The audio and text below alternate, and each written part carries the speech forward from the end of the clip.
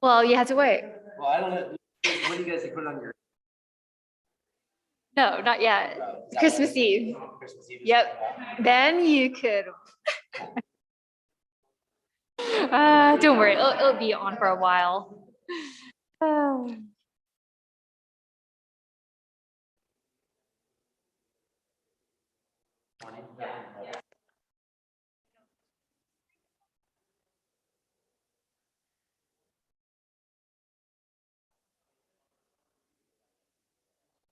You guys are always welcome to join. And if you want to hand out stickers.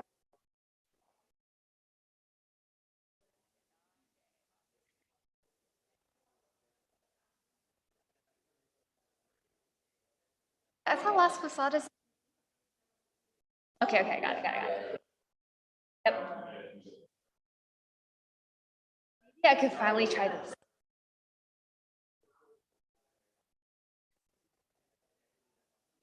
Okay.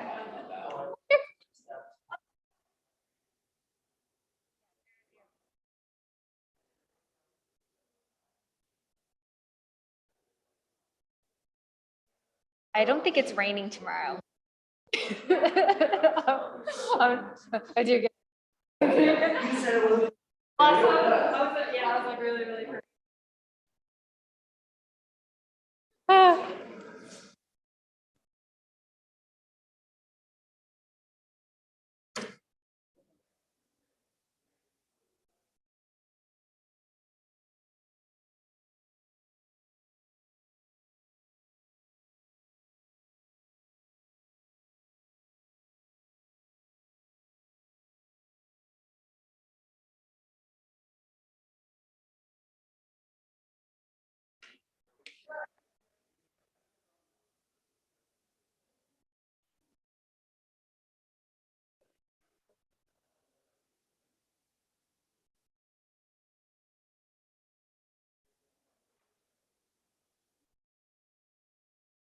Oh. Hey. Come on.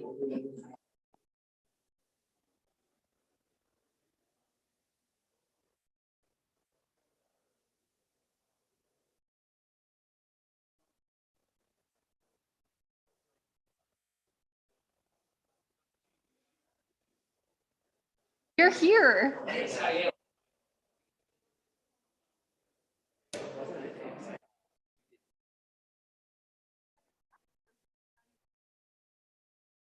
Yeah. Really? Not there. Another one? Yeah. I'll print out another one. Anyway, I'm sorry you didn't see mine.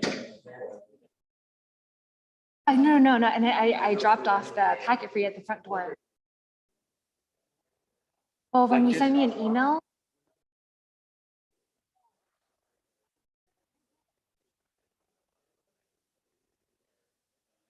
Oh no. Ah, yeah. So let me get. Multnomah County.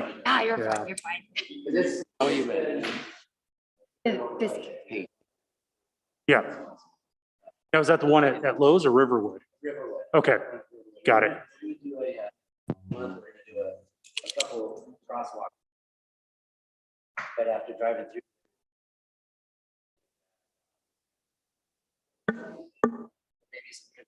Want it very overt that it's a crosswalk. We appreciate it.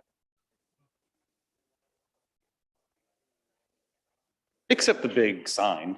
Yeah, I'll reach out to the maintenance supervisor because I worked there for 24 years. So I'll give them a call tomorrow. Okay, good. Yeah, thank you. I just looked through, I was like, yeah, okay. Yeah, no, absolutely. All right. What's that? Yeah, our permit tech got permit tech of the year. So there's going to be a presentation on that. Yeah. Yeah, it's unusual to have this many people. What's going on? What's going on in Wood Village?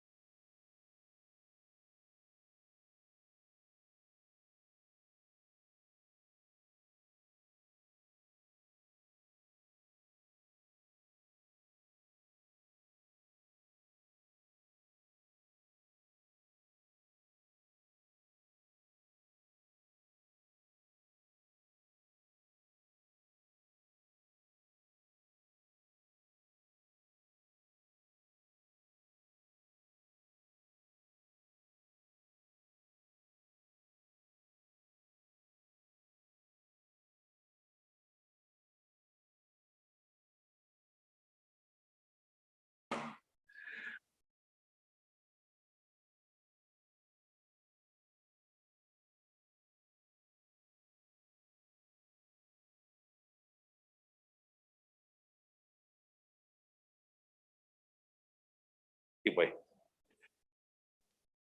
You made it.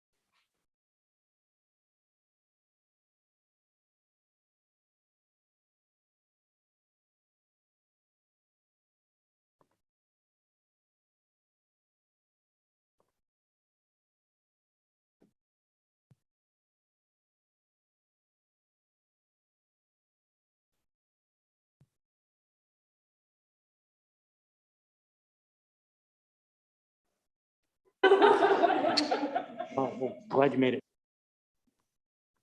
they Yeah, true. Try to avoid. No, right? Do it on purpose. Yeah.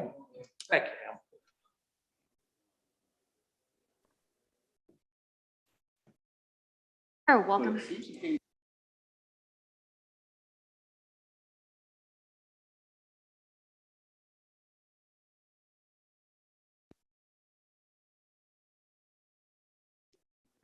either.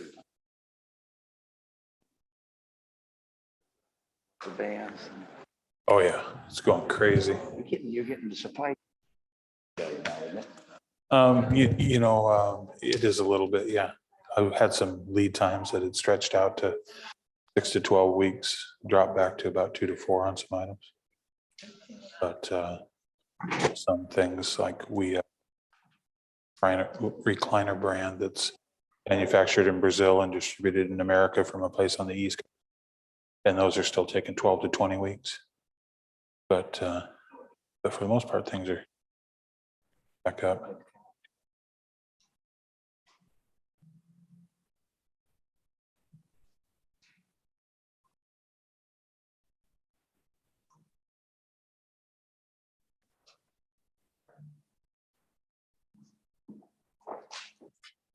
Finally.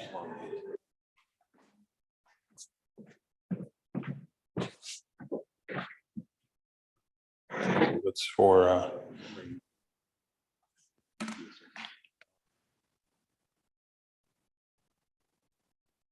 family.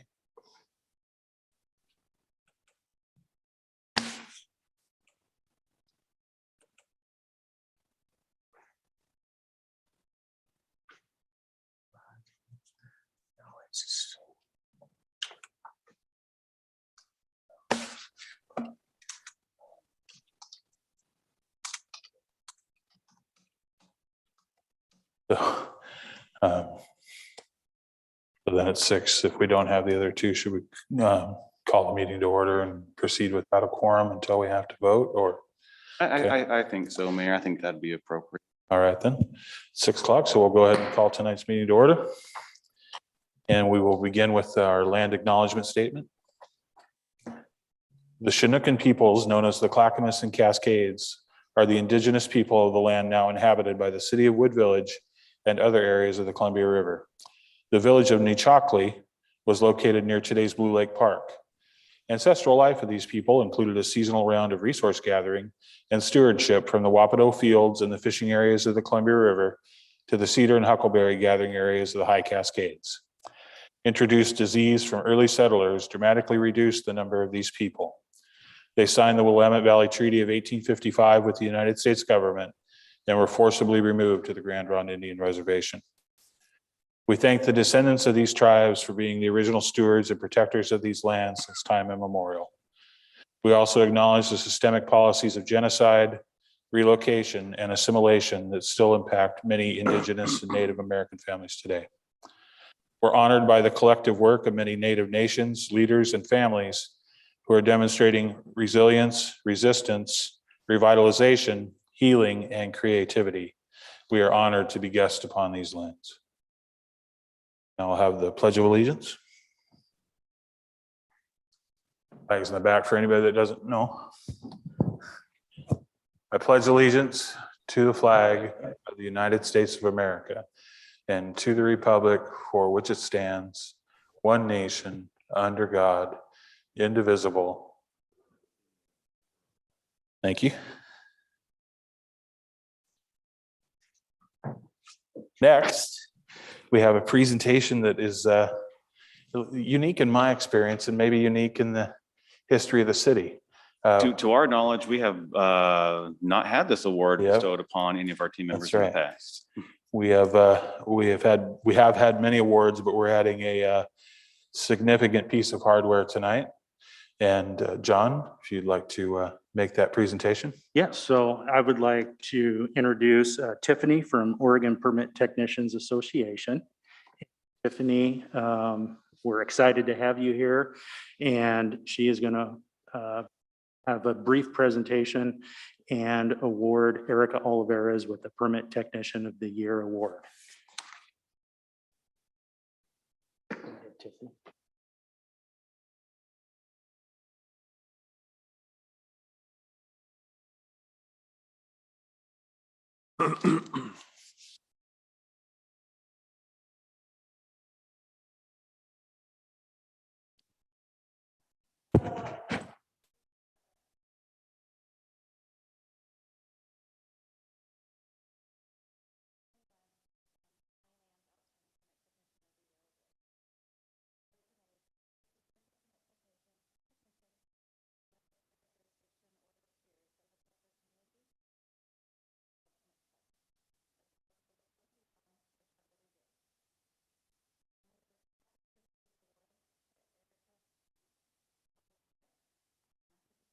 Village as a 20.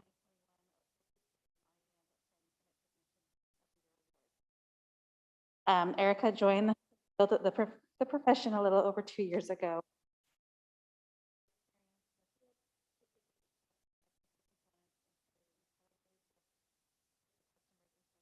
Building officials and other. Due to her high regards,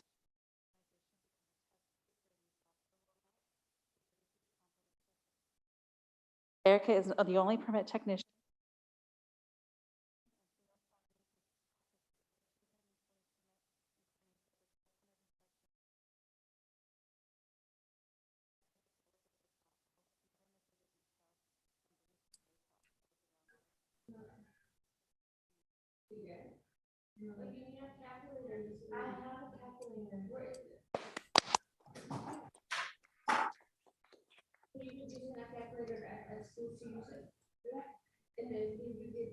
Thank you, Erica, for your hard work and dedication.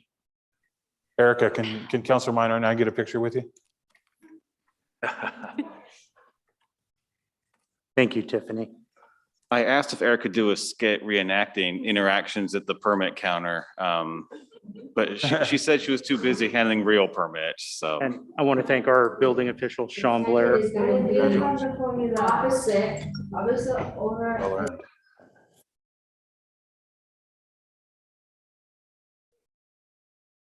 Congratulations, Erica.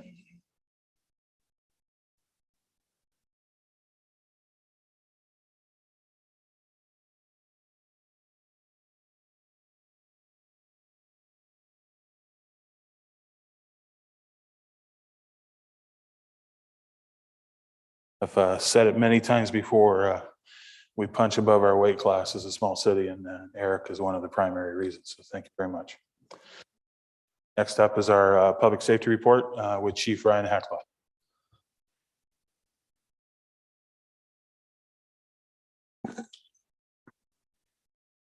Mayor, councilors, appreciate you having me here again tonight. I believe, again, you guys should have all the report for the month of November. At the first page for the calls of service, the calls of service were actually down approximately from the previous month, on par with the previous month. Outstanding there. A couple of things of note. Traffic stops were up a little bit from the previous month, but still down significantly. Well as another one, welfare checks. It's common that as the holidays approach, tough times hit people different holidays, so it's kind of on par for that to kind of go up a little. Not up too much, but it is up. As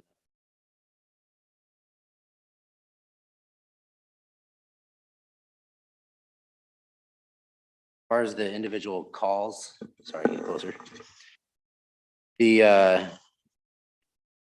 On the traffic accidents, 5 of the 9 traffic accidents were in the vicinity of Gleason Wood Village Boulevard.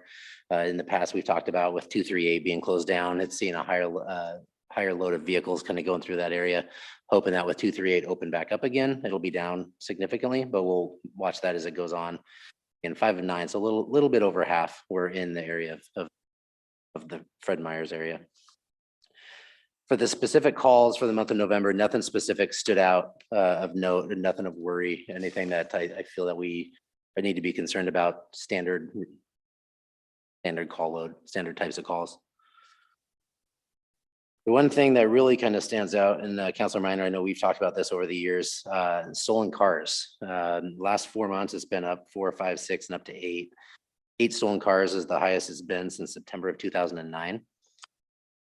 And it's the last 4 months have been increasing each month. I don't know if there's anything specific with that. We're all aware of the current environment and kind of how things are going, but I'd like to keep an eye on that as it continues. If it's continuing on that. Nothing to be too concerned about right now, but it's definitely on our radar. It seems kind of pattern with the stolen cars. People need a ride someplace or take a car and they drive it till it's out of gas and then they leave it. Similar to those kinds of patterns. I don't, these specific ones, I don't know. Some of the locations are down, off of 235 Sandy area. Taken out where the report is taken out of maybe parking lots, a couple little neighborhoods around those vicinities. So I don't really know what the specifics are. It could just be cars that were being taken that were shoppers or something. And as well as recovers. Our recoveries are also increasing over the last 4 months. And again, we had 4 this month, and our average is 1.2. Yeah. So I guess recoveries are good, but the thefts in itself are not good. Overall, I would say it would be a successful month right now. Good. Good. Nothing of note. No, I know Greg talked about some cases that we've been working on that go back months kind of stuff, but nothing new. No reports of any, excuse me, any residences or locations or anything like that cause any red flags for us at the sheriff's office. Good. I do also want to mention, in response to a couple community members who have written in some concerns, we are planning a pedestrian crosswalk mission on Wood Village Boulevard and Riverwood in that crosswalk area. There's some concerns regarding vehicular traffic that's not yielding to pedestrians in the crosswalk. So we're going to be planning a couple of those missions in mid to late January, as well as we are trying to get a. What does that mean? What you're planning, the crosswalk patrols, is it? Yeah, so what it'll be is, we have to set up like a sandwich board that says there's a pedestrian crosswalk mission ahead. So what we'll do is we'll have 1 or 2 people in regular clothing, not a uniform, and we'll be standing in the crosswalk as a car approaches. Don't yield to the crosswalk, the person in the crosswalk. Then a stop will be done. A traffic stop will be done on that vehicle for failing to yield to a pedestrian in a crosswalk. Okay, good. Ample notifications. We, like I said, we'll put out a sandwich board. Yeah. I'm talking about it now. I'm telling you what we're going to be doing. Sure. We may even wear like a construction vest, a fluorescent one, so we're very well seen. We don't want to get hit either. Yeah. But community members have raised their concerns about that happening, and we want to respond to those concerns. Well, that's great because that is the community that I'm around most of the time and do walk that. Yeah, particular. absolutely. And So it's nice that I appreciate the tactic. Seems pretty common sense and get it somebody out there and make sure they're safe. When Yeah, they pass. absolutely. It's kind of hard to argue with that when you pull somebody over. Absolutely. Well, and I was reading the traffic stop report and the reports for the different agencies, and then seems that the MCSO, use a lot of their stops as an opportunity to educate people that they've done something wrong as opposed to citing them. Yep, absolutely. Which is really cool. However, if they're warned, and then they still fail to yield to someone in the crosswalk, or are most of these that might get pulled over going to be citations as opposed? It'll be the Education. discretion of the deputy who does it. So I really can't say it's case by case, stop by stop. So we're planning multiple ones. So it's not just a one night thing or a one hour type thing. So we'll have to discuss further whether or not the first round is education, kind of stuff, and then see if that continues on through the rest of the missions. The ultimate goal is that vehicles yield to pedestrians, and that's what we want to accomplish, is that it's as safe and that people are following the rules and that nobody gets hurt. So that's our goal. Well, that's, it coincides, you may know this, and I don't want to speak for either John or Greg here on our crosswalks and the grant that we've submitted to Multnomah County. And I believe that's moving forward, but I'm not sure. Well, we have That the, Was Oh. with ODOT. Oh, ODOT, excuse me, yes. No, and we did not get that. We Oh, didn't we get the didn't, grant. okay. We were not awarded that grant. That's right. I remember, John, we did.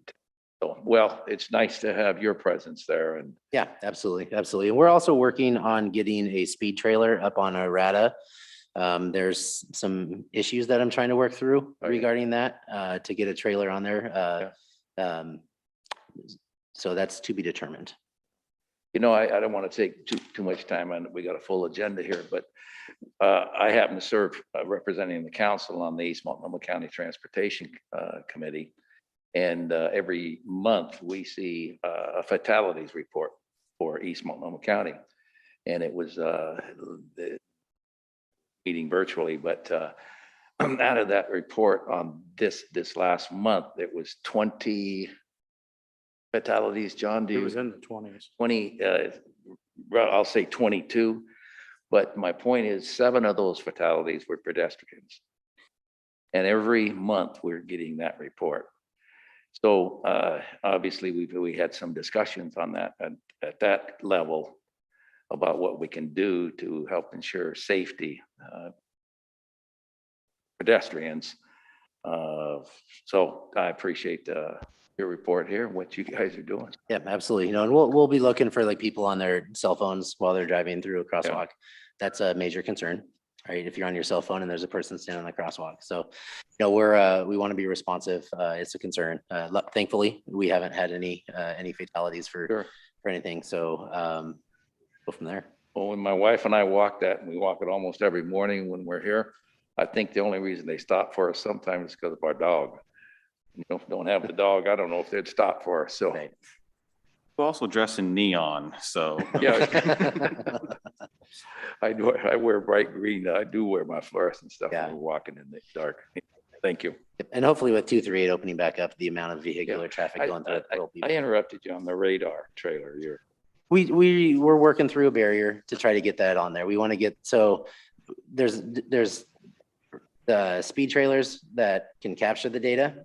And then there's speed trailers that just flash a speed amount. Really want to try to capture data because it's important. So when people are like, these cars are flying, and then we do 4 or 5 whatever days, and it says, well, the top car was doing 29.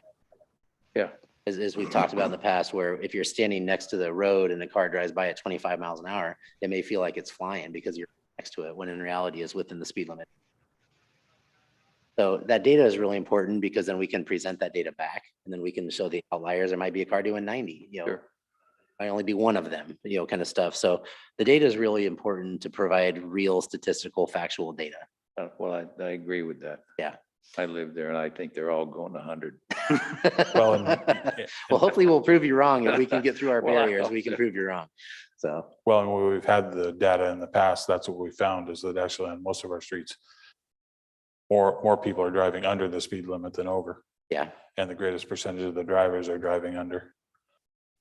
And we've had it in neighboring communities also. Same thing. We put up some speed tracking stuff, and it's like, yeah, they're actually doing quite well. But that's what we want to be responsive to any concerns that the community has. Lieutenant Hackler, I got a quick question. That's what I was gonna say. Yes, I sir. can't see the Zoom, so I don't know. Is there anything that the city can do to help in your efforts to get that radar on Arata Road? I know you guys are working on your end, but is there anything we can do to support that? I appreciate the offer. No, sir, there's not. It's internal that we're working through. There's one, we may borrow or ask to borrow in neighboring cities. So if we get to that point, I will be sure to let you know, sir. But as of right now, no, it's internal. Other questions or comments for Chief Akla? Oh, thanks. Good report. Appreciate it. I just want to say thank you for the support at the city's tree lighting the other Yeah. week. It was just a nice outreach event, well attended and nice event. So Yeah, thank it you. was a lot of fun, well put together. So. All right, thank you, everybody. Thank you. Good. Thanks, Chief. And happy holidays to you. And it occurs to me that in my excitement for the Permit Tech of the Year award, that I failed to open the floor for citizen comment on non-agenda items. And so I'd like to go back to the top of the agenda and open up the floor. If there are any citizens here tonight that would like to make a comment on an item that's not on the agenda, now's the time. No takers, so we'll close the floor then for citizen comment on non-agenda items. And we will welcome to the dais Sarah Carlberg for Homeless Services update. Thank you, Mayor Harden, councilors, for having me. It's nice to see some familiar faces. My name is Sarah Carlberg. I use she, her pronouns, and I am the Director of Community Outreach for House District 49 Representative Zach Hudson's office. I have had the opportunity since I joined the representative's office back in September to get to know your city staff and your mayor just a little bit. And in the experience of having conversations with elected leaders and city staff from Wood Village, I have really remarked upon the deep and sincere conviction that you folks have, that any person that enters into the community of Wood Village deserves to be treated with dignity, respect, and care. And that conviction is shared by my boss, Representative Hudson. It's something that I think you all have in common. And it's the reason why I joined his office as well. I saw in Representative Hudson a desire to do in East County what is needed to ensure that services are expanded for folks who are experiencing homelessness in such a way that here in East County, we will make sure that our neighbors are cared for. I came to the role, as I said, in September of this year. The role is a bit unique for a state legislative office. Generally, state legislators do not hire staff to work in district to provide support to cities and the county with regard to issues that are happening locally in the community. And so I found, as I was having conversations with the representative while I was interviewing, that it was a really unique choice that he has made to allocate the resources that are available to him through his meager budget that the state provides to him to make sure that he can actually have staff who are responsive and able to provide support in district.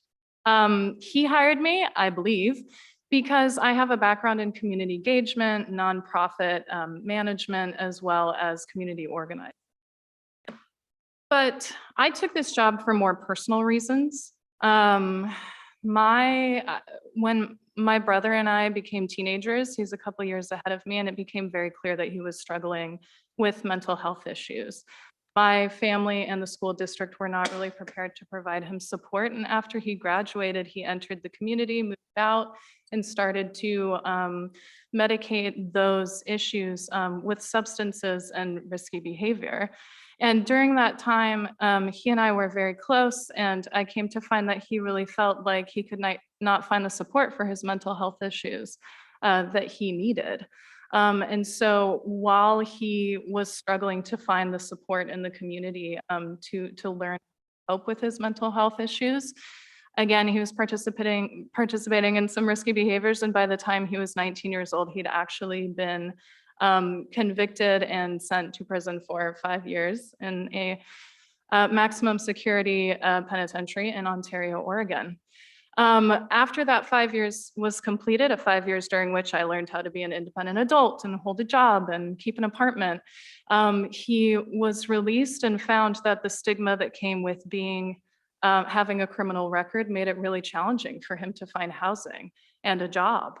And so throughout his very young adulthood, he really struggled within systems to find support to make sure that he could re-enter society and also find ways to secure housing in those jobs.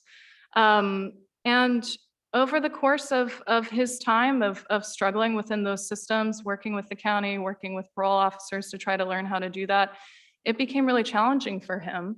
And he ended up living outside because he was unable to find that stable housing and has been there ever since. So here we are 12 years later.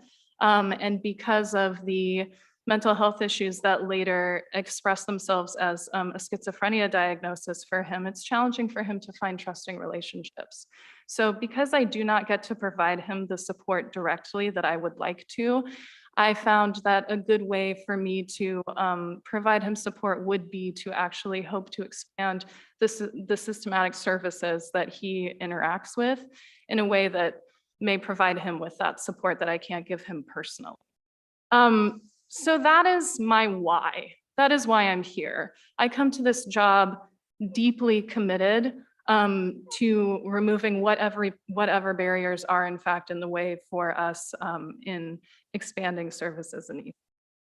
So to say that homelessness is a complex issue is an understatement, to say the least. As sort of exemplified with the example of my brother, there are a lot of factors at play. And as we know, folks, by the time that they find themselves unhoused in our community, there are hundreds of issues upstream from that experience of homelessness that have impacted them and have brought them there.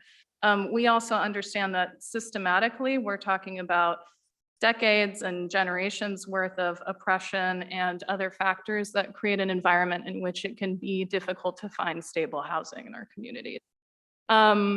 So I'm excited to report that at the state level, our legislators have done a little bit of, well, quite a bit of work actually on December 13th to address some of those upstream issues and making sure that folks who are in housing now will be able to stay there through the winter. So I just wanted to share with you a little bit about what happened during the special session on December 13th in Salem. So the state legislature was able to pass Senate Bill 891, which allocates $215 million statewide to help ensure that folks will not find themselves evicted this winter. So I just want to give you a little bit of a breakdown about how that money is going to be spent. So let's see, I brought my little fact sheet here. So the American Rescue Plan Act Coronavirus State Fiscal Recovery Fund, monies that have been received by the Oregon Department of Administrative Services, will be transferred to Housing and Community Services. And there will be $100 million there that will be going to the Oregon Emergency Rental Assistance Program. So when folks are finding themselves in a situation where because of the pandemic, they are not able to pay their rent, they are able to apply for emergency rental assistance there. There is an additional $5 million, which has been designated for program delivery expenses related to expediting the rental assistant program application evaluation. They have been inundated with applications. Folks are hurting, folks are experiencing situations in which they're not feeling able to pay their rent for various reasons. And so the program has been inundated with applications, and this $5 million is meant to expand their ability to address that. There is additionally a $10 million grant to Home Forward for distributions to compensate landlords who are having losses of income. So that is an important component as well. And in addition, there will be $100 million from the general fund, which will go to Housing and the Community Services Department for local emergency rental assistance programs. So quite a bit of expansion there. Additionally, Sarah, go could I, ahead. stop you and just ask one question there? Is that like an extension of the timeline for people that have applied but haven't gotten the money? Yeah, yet? so And that's then- the next piece. So this is the fiscal piece to make sure that the funds are actually in place for folks who have applied, who are experiencing instability in their ability to pay rent. As we know, that was set to run out. So we're referring to something called the safe harbor period. And the safe harbor period prohibits residential landlords from delivering a termination notice for non-payment, or from taking any action for taking possession of the property based on non-payment of rent. So what this actually does is that was sent to expire. This is now going to be extended through October 1st, 2022. So when folks apply for rental assistance, and there is that stipulation that if folks are unable to pay, as long as they apply for rental assistance, even if their application is still pending, then they are protected from eviction during that period. And again, the idea then behind the additional $10 million grant to Home Forward is that those landlords who are not able to collect that rent then can still go and recover that income through Home Forward. So that's kind of the idea there. So it was definitely like a two-piece approach with Senate Bill 891. I'm sorry, I think I misstated. Senate Bill 5561 is the fiscal package that to 215 million. And then Senate Bill 891 is the piece that extends the safe harbor period. Yeah, so that's kind of what we've been doing in Salem. And I'm excited to see where that goes. I have been on the ground in East County though, since September. And I have had an incredible experience getting to know a large number of folks who are deeply committed to seeing that services can be provided for folks here in East County. So as I have gotten to know you all, I've also have gotten the chance to get to know folks over at Commissioner Stegman's office, Chair Kafori's office, as well as the Joint Office of Homeless Services, who are also looking towards East County as an opportunity to expand services and make sure that folks who did not have access to homeless services here in East County actually do going forward. As you may be aware, back in May 2020, the Supportive Housing Services measure was passed in Metro, and this voters approved that measure, which creates a 1% income tax and on folks, so individuals, I think it's above $150,000 in income, and then businesses above 5 million in gross receipts, there will be a 1% income tax, and that tax goes into a Metro fund, which is distributed between counties within Metro. So Multnomah County will see about $52 million this year and an expansion to the Joint Office of Homeless Services budget.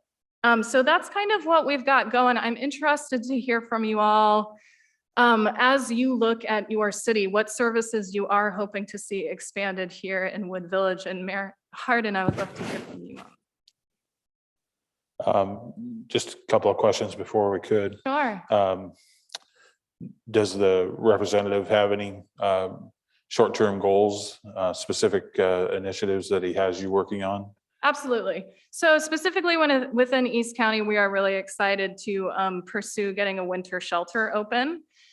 We see that there is a huge amount of need for folks to get inside. The weather is cold and folks are living outside here in our community.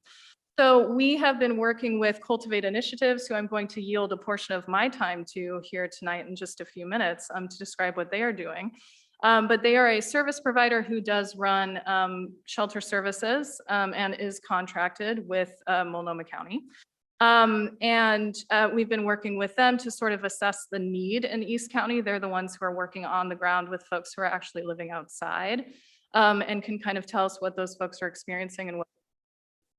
And during that process, we've also had the opportunity to collaborate with Commissioner Stegman's office around this. There's definitely been a lot of movement there. So I'm excited to hopefully soon be able to come to you with some good news about a potential shelter site here in East County. That Project has certainly become a huge priority for the county and the Joint Office of Homeless Services.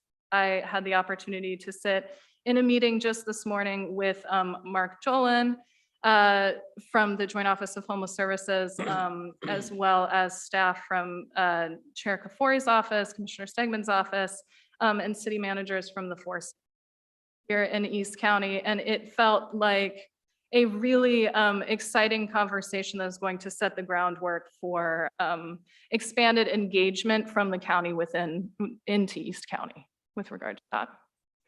Yeah. How would you characterize how your outreach has been met by the other two cities? I'm sorry, to the How- other two small cities? Yeah, how would you, Oh, sure. how they reacted to the outreach? Well, I've been incredibly heartened by the energy coming out of Troutdale. I can see that they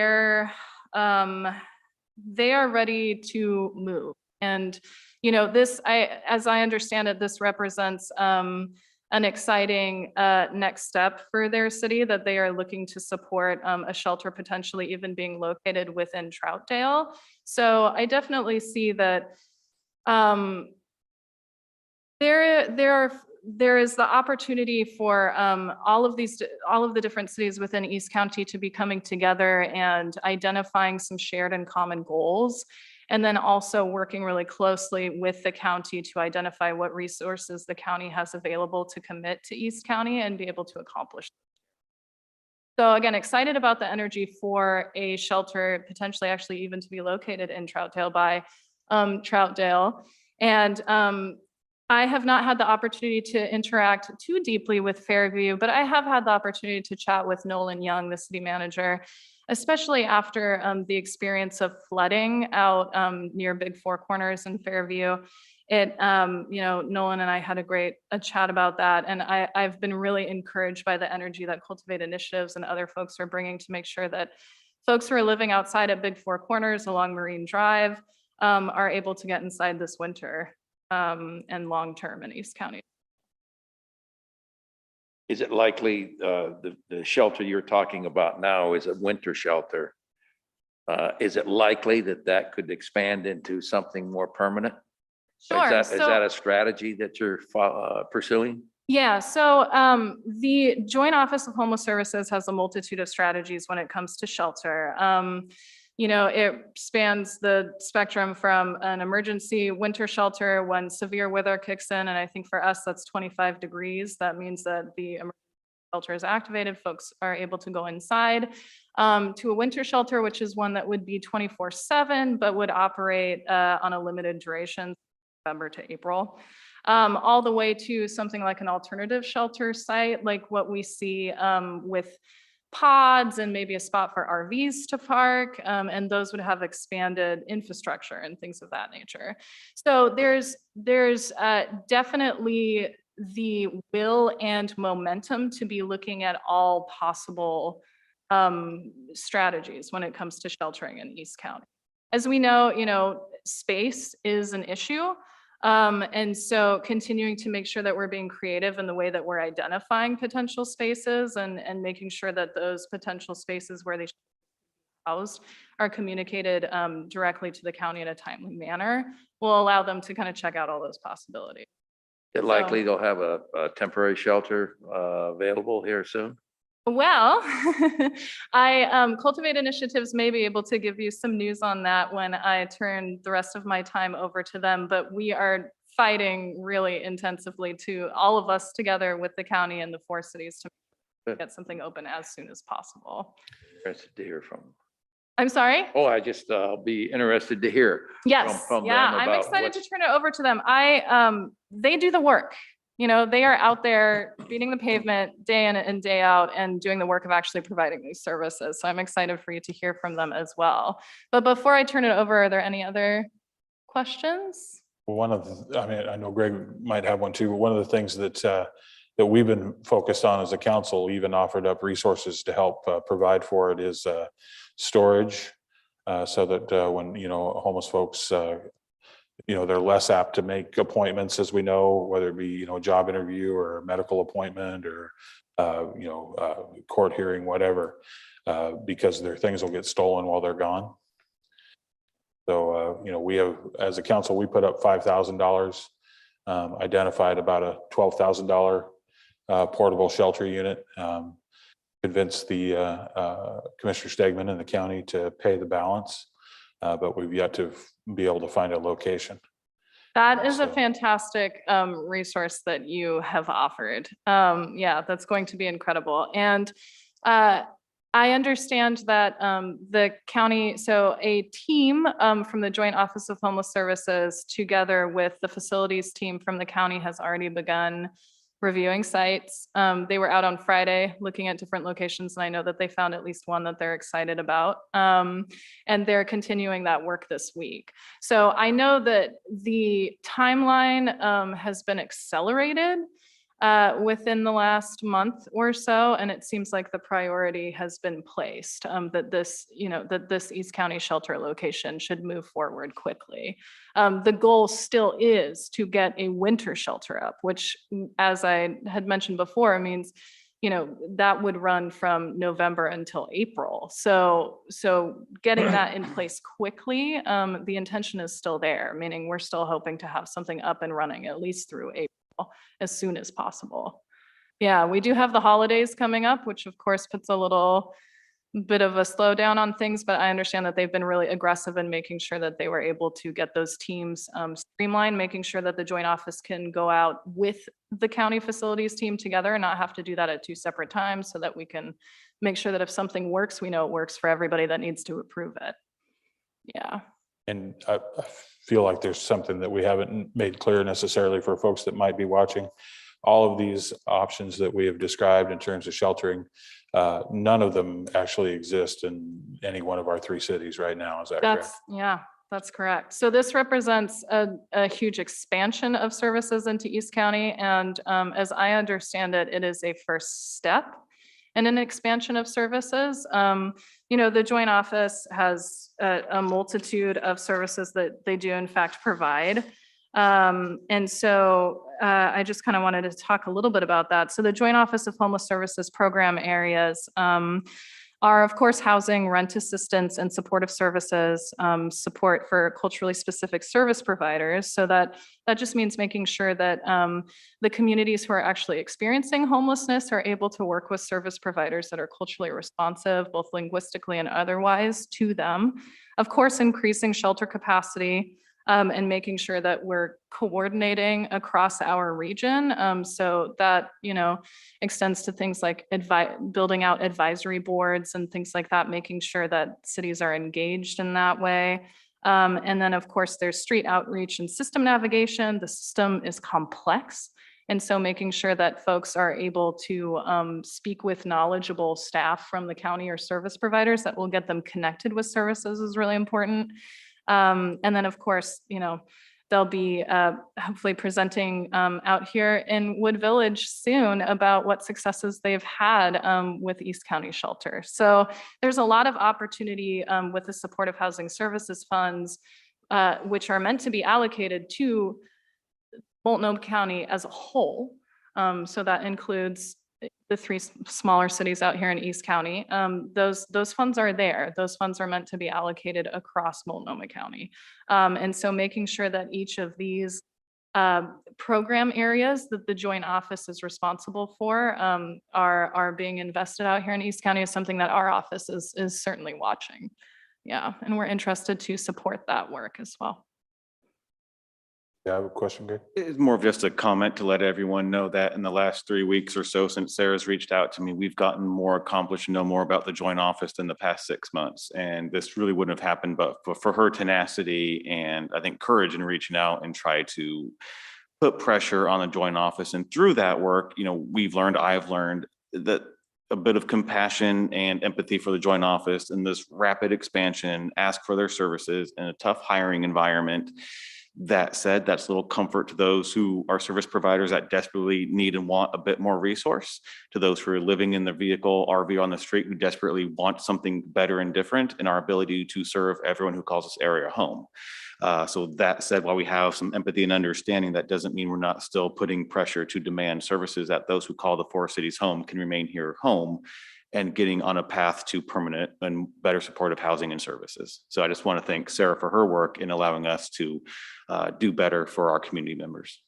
Yeah, thank you. And I did want to add to that, with this $52 million that is coming into the joint office for the fiscal year 2021 and 2022, the joint office is planning to rapidly expand their staffing capacity. So they are looking to hire.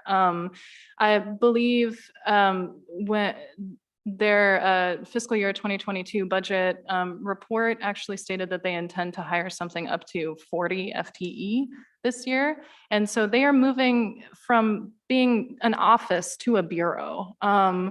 And, you know, all of that hiring is meant to support a long-term strategy of expanded service capacity in the county as a whole, but specifically within East County. And I did also want to mention that when the supportive housing services measure passed, Metro required that each county develop an LIP, a local implementation plan, an LIP for those funds. And within our Multnomah County local implementation plan, they went through a very rigorous community engagement process and did identify that there were gaps within East County that they needed to prioritize and address in order to achieve their goals. And it's very clear to me that they are working very hard to do that. And that, again, as Greg mentioned, that it's a challenging hiring environment. So, you know, the more patient we can be as they do try to find the right folks, because it takes the right folks to do this work. These are special people. They are incredible people. And we want to make sure that they have those quality people in the roles that they need them in. So. And we did learn this morning that all three counties have a draft agreement in place as of yesterday evening. I think it was a 10-hour session between the three counties and metros yesterday, and they got to an agreement. Not yet adopted, but all the staff people are in agreement. Good. Sarah, before we turn it over to Cultivate Initiatives, I just want to see if either of our counselors who are on the phone have a question or comment for you. Council President Nissen. I have no questions at this time. Thanks, Sarah, sir. thanks for your report.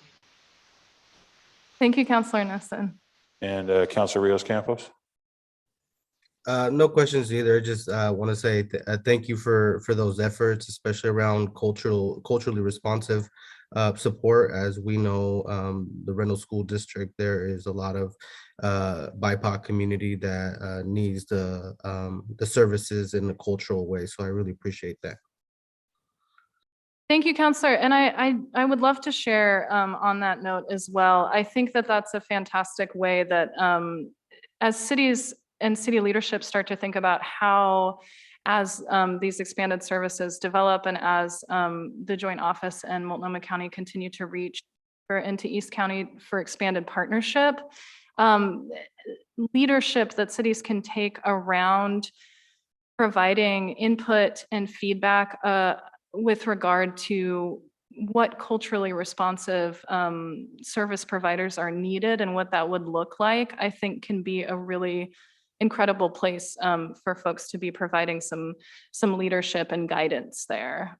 It will take, you know, as we know, that there is a dearth of service providers in East County that are qualified to do this work. So it's going to take some very specific and careful investment in potential service providers. And these folks might at present today be community organizers or activists who are working towards providing services to homeless folks in their communities, and may someday grow those activities into full-blown organizations that can actually be contracted service providers with the county. So as we're listening to those folks who are doing that work at the grassroots level on the ground, prioritizing what they are telling us about what people need and what their experiences are, we're also empowering those organizers and grassroots folks to eventually grow into people who can be providing. So I think that will be really important. And I think it'll be an incredible way for city leadership, especially Wood Village leadership, to engage with the joint office on this. So. Any more questions before I yield the rest of my time? Welcome up the group from Cultivate Initiatives then. Yes, so I would like to introduce Johnny Shaver from Cultivate Initiatives.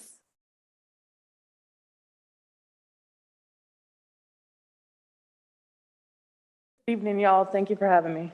Hi. My name is Johnny. I use he, him pronouns. I come to this work having a lived experience of being unhoused as a child and a young adult.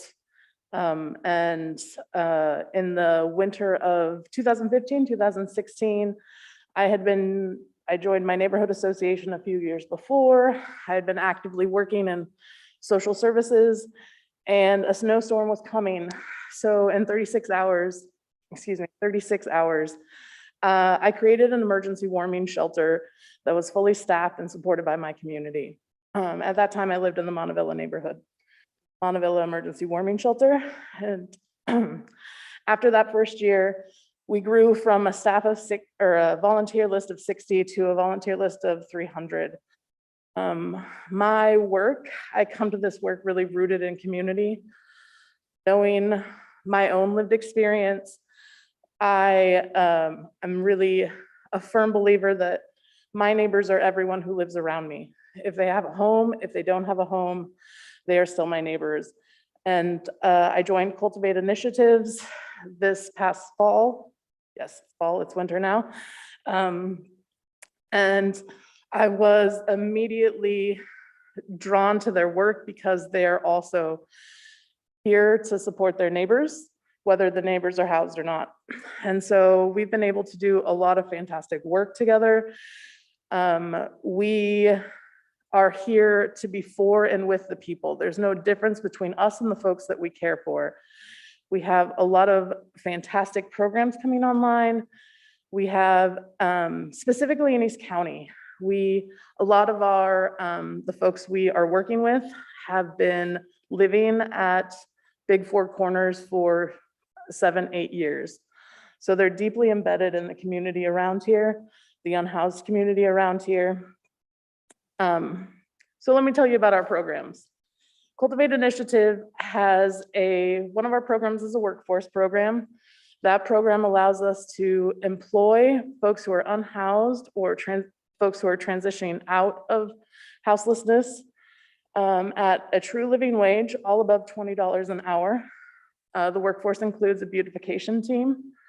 They pick up trash, they remove graffiti, they support camps and maintaining trash-free environments. Just this month, since December 1st, we have picked up 12 tons of trash in East Portland and East County. In addition to that, we have a shower and hygiene team. And that team is, we have shower trucks and laundry trucks, and that team provides showers both to other organizations as well as camps. So we go where folks need showers, and now we'll be able to go where folks need laundry because we have a laundry truck. In addition to those programs, we also have an outreach program that has specifically been doing outreach in East County. Part of that is we just started a partnership with the Multnomah County Drainage District, MCDD, yep, and Cascadia Behavioral Health. We are working with both of them to help support the folks camping around Pump 4. So we've been working on that. I've put in a proposal for there's a church, the Cherry, well, maybe that doesn't matter. But we're in talks, we're creating an outreach hub out here in East County. We're in talks with a church that only has 10 parishioners and is going away. And so we are in talks with the Presbytery. I have put in a proposal, and so it is with the state. I learned a lot about how the Presbyterian Church worked, which was pretty cool. So our proposal is currently sitting with the Oregon State Presbytery. But our hope with that is to have a whole campus where we can provide an outreach hub, a place for folks to get services, There's quite a bit of opportunity to have wraparound services, case management, some mental health supports. It's a really lovely campus. So we're eager for that to come to fruition.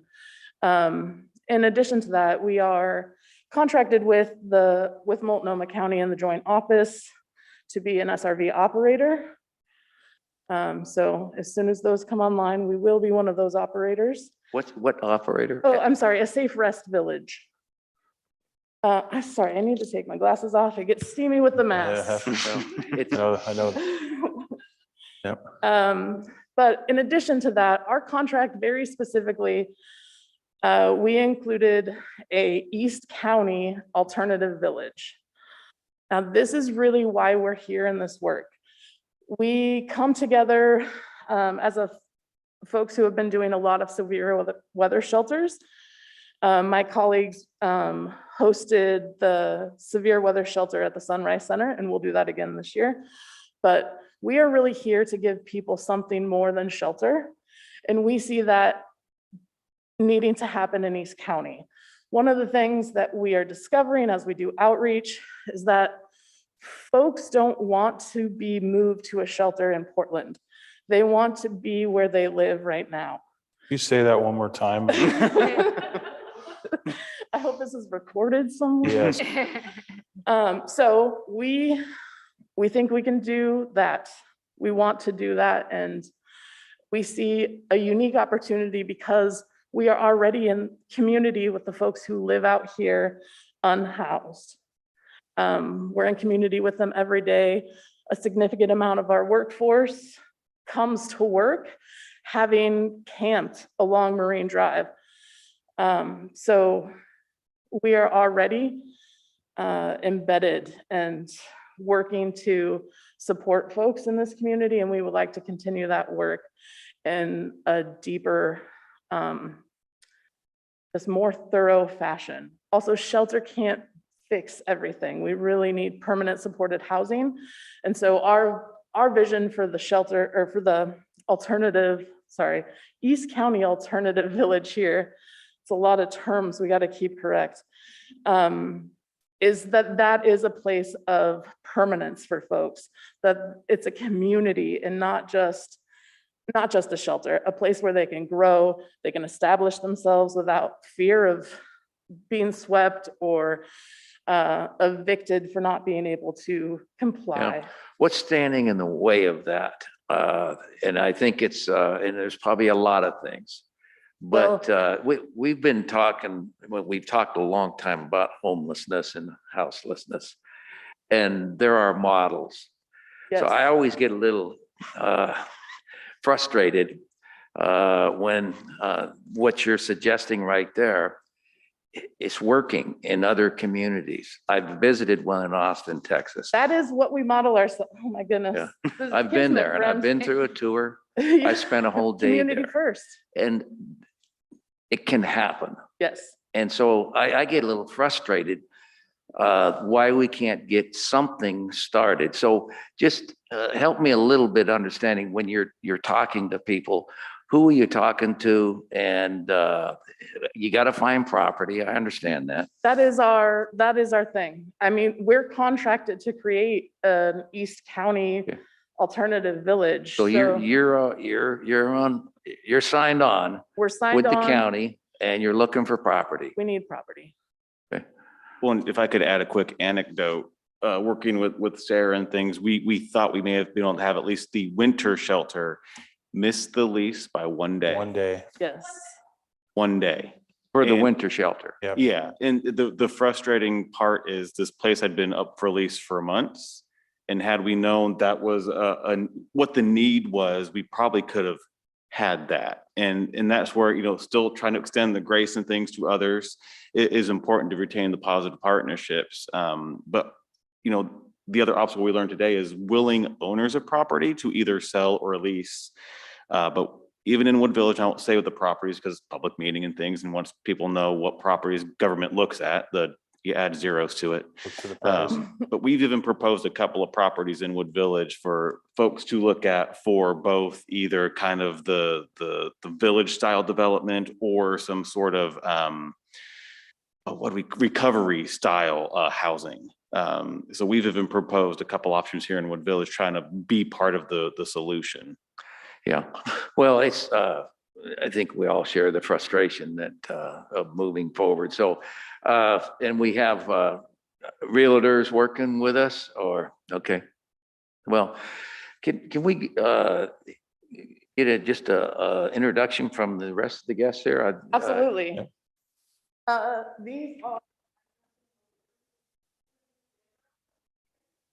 Hi, Sandra. Hi, Sarah.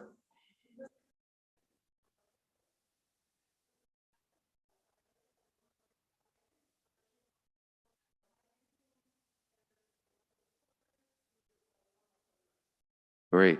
Welcome, everybody. It sounds like you're all doing a tremendous job. So, and probably working on a shoestring budget. But thanks for the work you're doing in the community.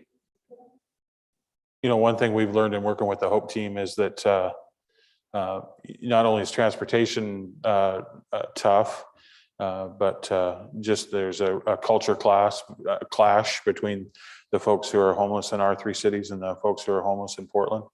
And so it's just they, you know, don't feel comfortable being down there for the most part. And so, you know, that's another reason, obviously, why we need to offer services here. But, you know, how would you characterize the trust that you've already built in the community? And if you were able to build the facility, what's the likelihood of the homeless that live here wanting to take advantage of it and, you know, feel comfortable working with you? Yeah, something that we sort of practice is that no one is resistant to services. We just haven't offered them the right services the way they need them yet. That really drives us. And what we do is we show up, we keep showing up for folks so that we can build the long-term relationships. This is not going to be solved in a year or 2 years. We need to show up and show up for folks. So I do believe we will have folks who aren't interested in a winter shelter at first. And I believe as we build trust through winter shelters, we will have a lot more folks open to our village model and seeing that as then shelter becomes a process to get to somewhere permanent, to get to home. Because even with the Safe Rest Villages, those are only intended to be for 3 years right now. We anticipate those will be extended, but it's still that temporary piece, and people need to have a permanent home. So I feel like as soon, well, not as soon, as we continue to build those relationships and deepen those relationships with folks, we'll figure out more about what specific things they need to find shelter, to find housing. So we're pretty determined and we're pretty scrappy. And the things that work in Portland aren't going to work out here. And so what we need is for. Can you say that again too? Well, we don't need to, you know, this isn't a fight against Portland No. because, Yeah. I mean, it's what we need here. And every one of our communities need to do what, to recognize that there are differences. Yeah, and it's not to belittle Portland. No, It's they- just we're doing stuff in Portland. We're not Yeah. doing stuff. I don't here. go down to Portland for everything I want. Yeah, If I can do it here, I do it here. Just one more thing is your shower truck Yeah. and your laundry truck. It just seems like that makes all the sense in the world to begin to make the connections. Yeah. And it's got to be, as you know, and as the audience knows, it's got to be consistent. It can't be funded for on some soft grant money for 6 months No. and then it goes away. So I really appreciate hearing the concrete things what we're doing to make the outreach, to begin the connection, to then build the relationship so that maybe somebody will come in from the cold, stay in a temporary shelter, and you get a chance to talk to them about other possibilities. So the concrete things, I just appreciate hearing tonight because I've been a little bit frustrated with this in the county. And listening to the money that is available, I hear a lot of dollars. I just don't see the kinds of things happening. And I know there's, you can't go out and invent a piece of property. But those things that you're doing right there sound like it's concrete, it's solid. And so I just have your funding source for that service, the showers and the laundry. The showers, those are funded through a county contract, through a contract with the joint office. Okay, all right, so that's solid funding. That's, It's is there. that a grant? Yeah. Okay. All right, well, I appreciate hearing from you. Absolutely. It also, excellent shirt. I know, I was gonna compliment you also. We shop the I can get same you store. overalls for next time. I think, I'm Looking gonna like a have to handsome find some. farmer is kind of my jam. Yeah, sure. Go ahead.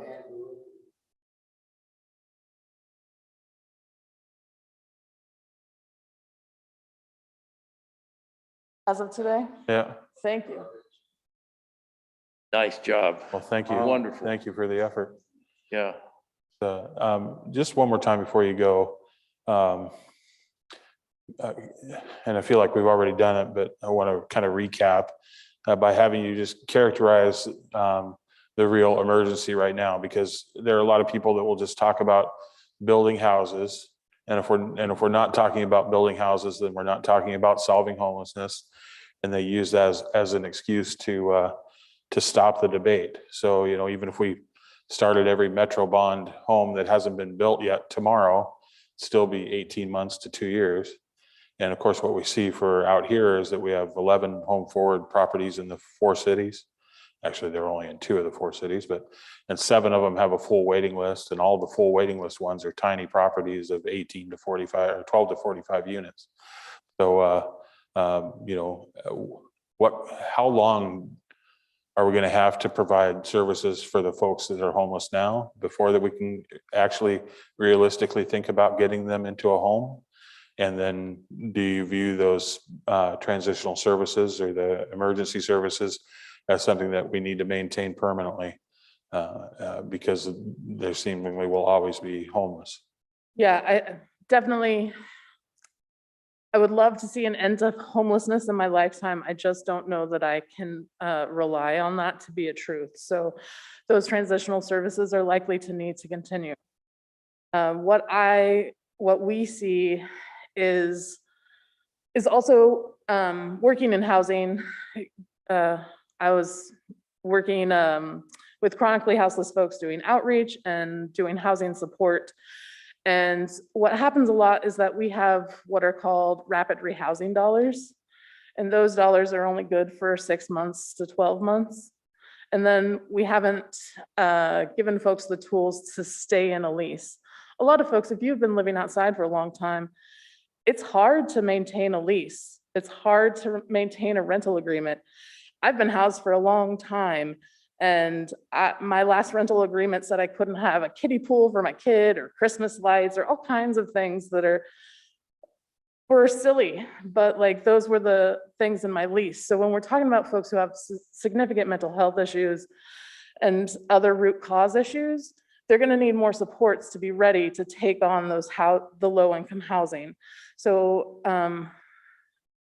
for me, I see the transitional piece is important to get folks ready for that next bit where they're taking on a whole apartment, where they have a house. All of that stuff is really important for us. And that's why the village that we would love to be similar to the Community First Village is really important, because not everyone will ever be ready for that. So we want to give folks a place to land safely so that if there are struggles, there's a place to help work those out. So I would love to say that the transitional services can go away, but we will need them.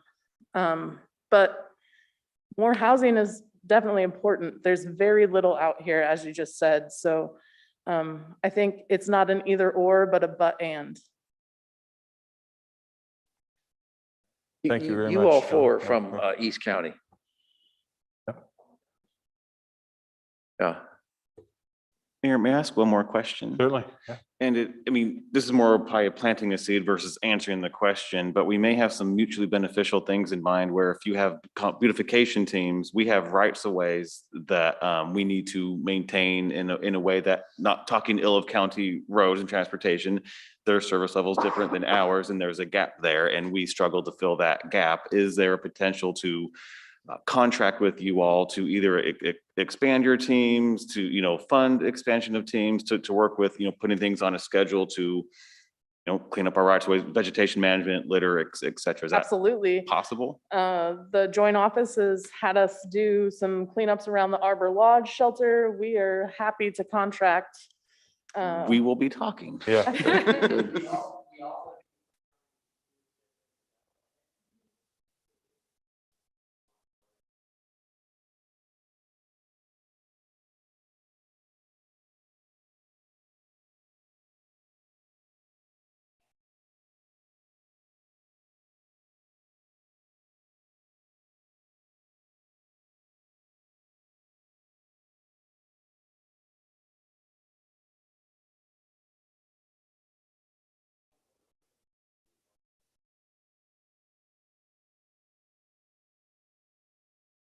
Yeah, folks aren't born unhoused. Most folks had really rich lives. And so our workforce really lets folks hone those skills again and share those skills with each other and us and our communities. Now, that could be very mutually beneficial. Yeah. Absolutely. Yep. All right, and then we'll go out on the phones just to see if there's any last questions or comments. Council President Nissen? I had no questions, but Johnny, I do appreciate your organization, maybe the creative ways you thought about it. And I want to echo Councilor Minor's thoughts about having the laundry and shower trucks and just that concrete way that we can provide for people. Councilor Rios Campos? Yeah, no questions either. Just want to just say thank you guys for all your efforts in doing this intentional work that you guys do, and it's very needed in our area. So appreciate that. Thank you all. Thank you, Councilor Rios Campos. And if you will indulge us, Councilor Miners asked that we take just a brief break so that we can say thank you for coming out and get to know you a little bit, if that's all right, staff? All right, good. Yeah. Great. Well, thanks.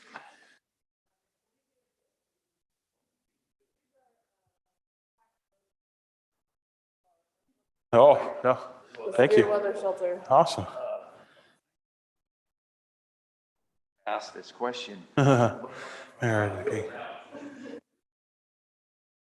Councilor Nissen?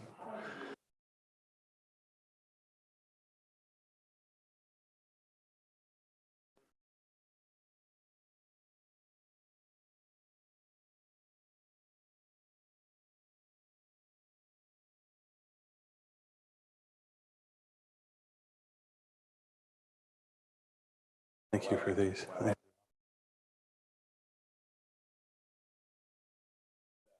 That's your good neighbor. Yeah.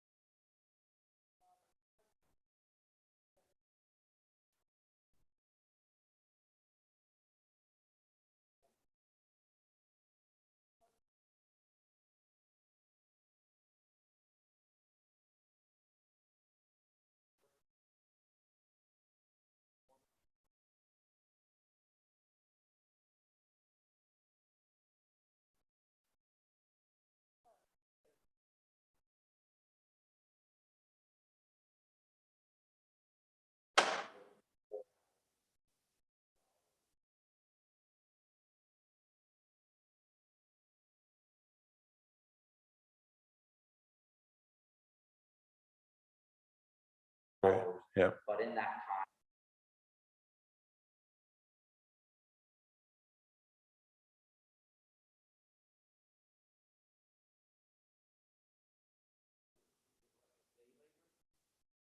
Well, the internship somewhat like that.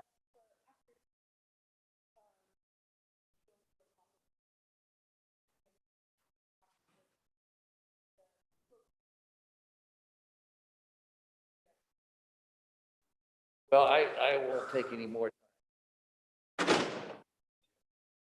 But you guys, thanks. Yeah, thank Oh, you. you're- Thank you so much. Appreciate it. This is where Thank you. people have to meet Thank you very much. the houseless Thank you. population. I did spend, and some of you may have been to Austin. Haven't got to go yet. Well, I hope that you can get some funding. It'll inspire you. We're a long ways away from. I learned they are stuck with me. Like you until they.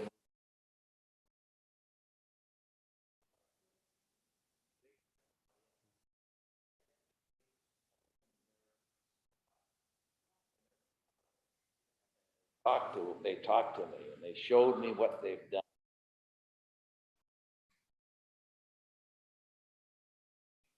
Or I bought stuff at the store. So, stay focused, let's get little things. That shower truck going, Yeah. that laundry truck going. Yeah. This is all scaffolding to get. Got to scaffold it. Yeah. Thanks for being here. Yeah. Fighting for that winter. Yeah. Yeah. Fighting for that.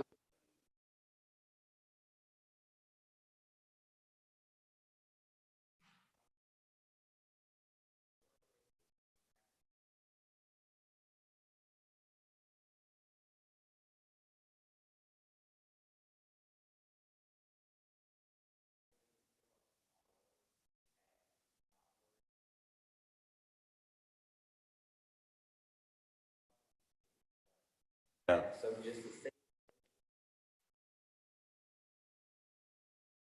Yeah, well, just like,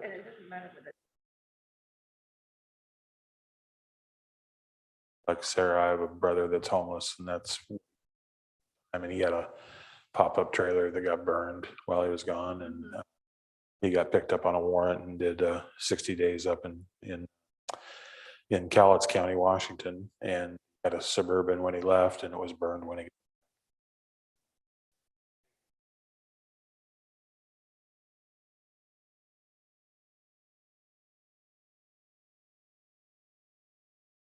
On the 18th of this month here at Wood Village, we're going to have a forum on houselessness, and the Hope team will be one of the panelists. Molly Moon, who's the homeless outreach coordinator for the students, will be one of the panelists. Andy Miller from Human Solutions, and just today I talked with the executive director from El Programa Hispano, and they've agreed to send a panelist as well. So we want to, we're going to invite a lot of, anybody that wants to come, and then hopefully a lot of decision makers from around the county so that they can get a clearer picture and an honest picture of who's homeless in our cities and why and what obstacles they face.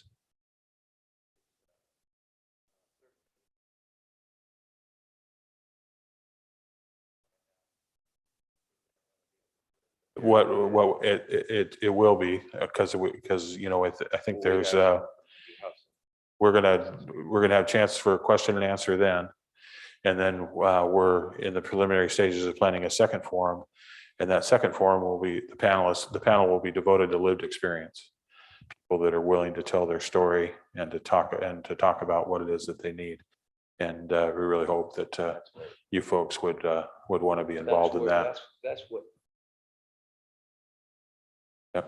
They need.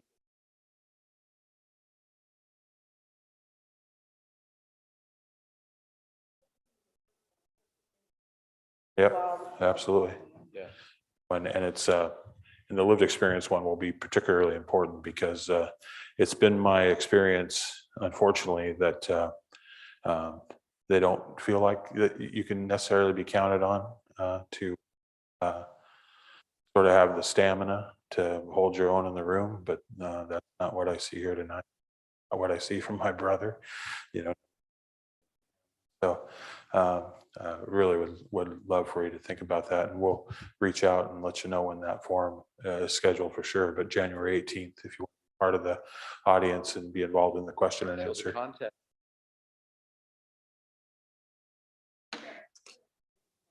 Yeah. Awesome. Thank you. Thank you. Thanks for having Yeah. Awesome.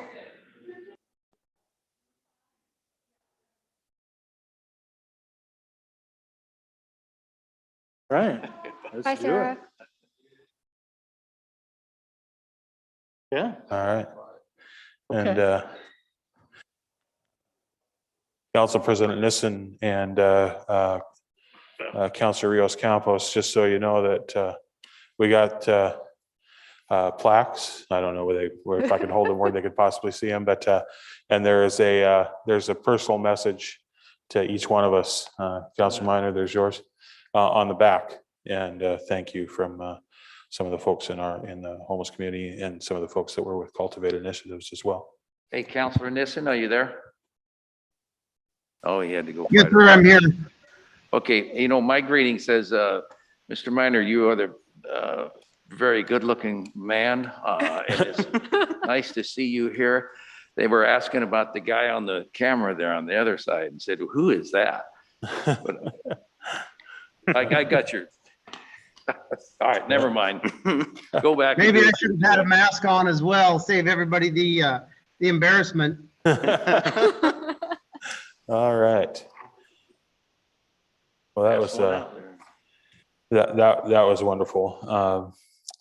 So now we'll come back to agenda item number 5, and this is a review of bills paid. Does anybody have any questions or comments about anything that's on the top sheet or that was in the staff report? Then number 6 is the consent calendar. Are there any questions or comments on the consent calendar? And I would entertain a motion to approve the consent calendar. A move to approve. Second. We have a motion and a second. All those in favor? Aye. Aye.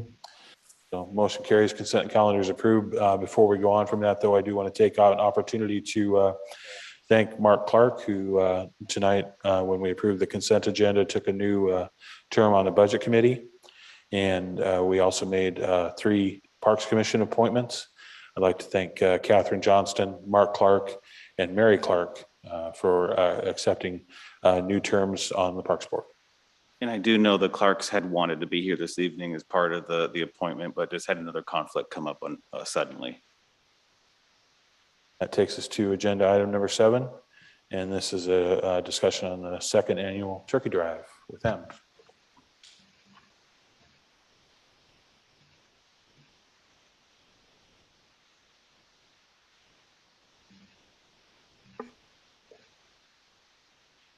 Hush falls over the crowd. Waiting with bated breath. Da-da-da. Good evening, Mayor and councilors.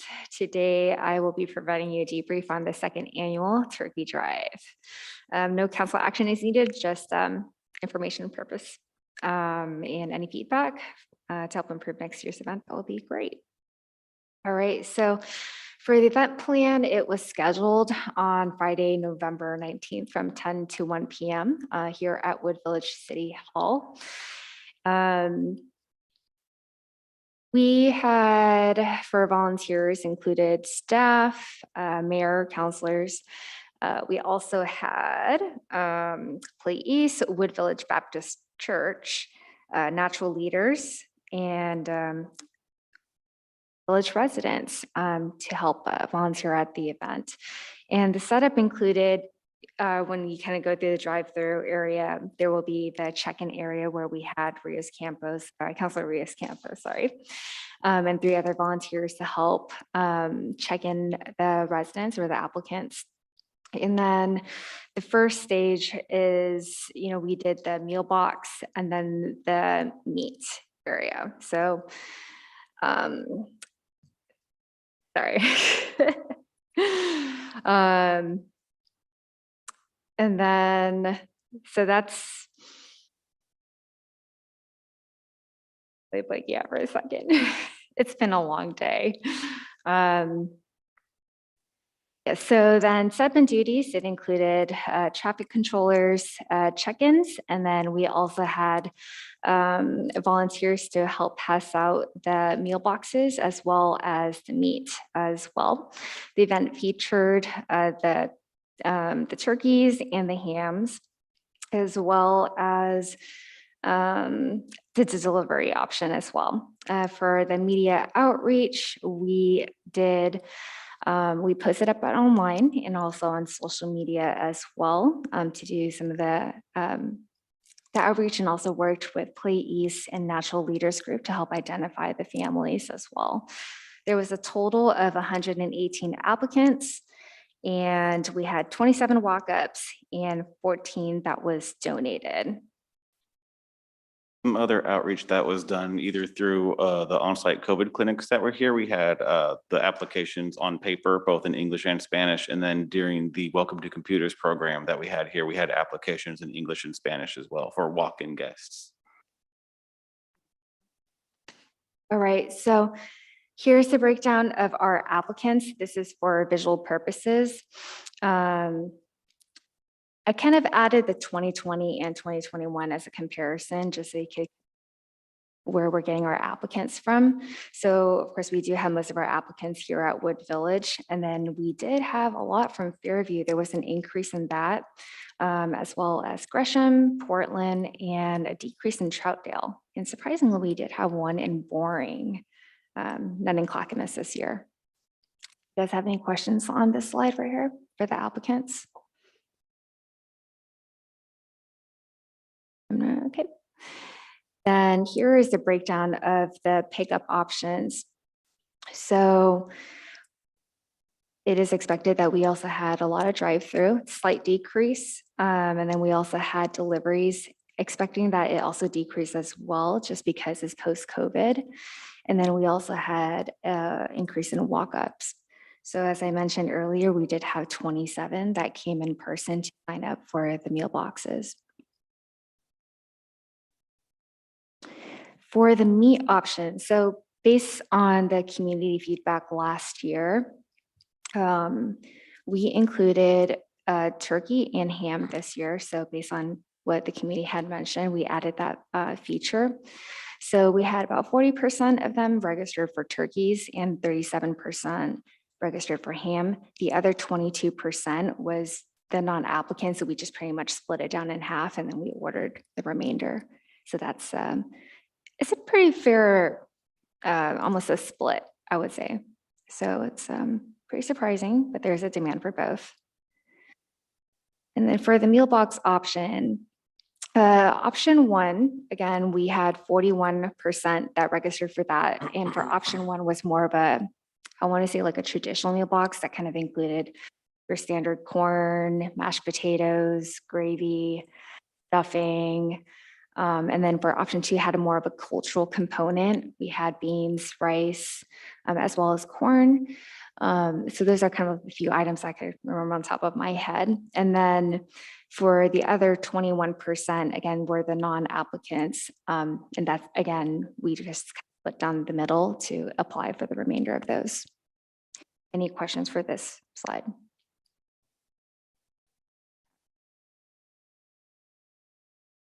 So for our budget, it was 5,500.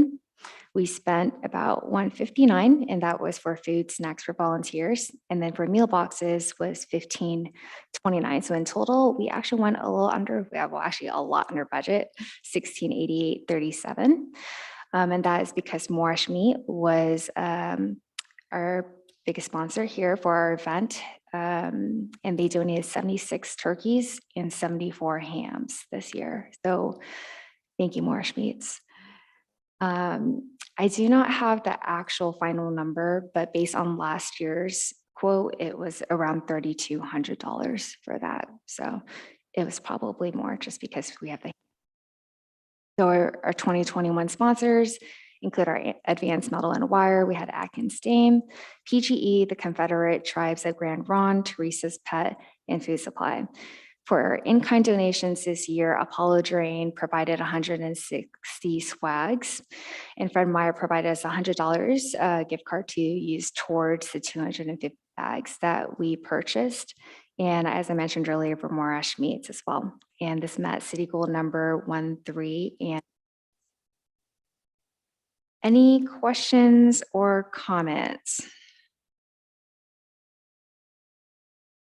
Just turkey got pushed back last year, but turned out to be statistically still the bigger choice. So hopefully that just means that there's people out there that want to experiment and try to learn to cook a turkey. It's brave of them. And then I would say, this, spent 3,900 less than we budget, then, maybe that's something that we take a look at and roll into Rescue Act plans, like maybe back into the utility relief program, or, some of it'll end up being spent on tomorrow's meal drive. We don't know what costs are there yet. We haven't had the debrief. More than this one.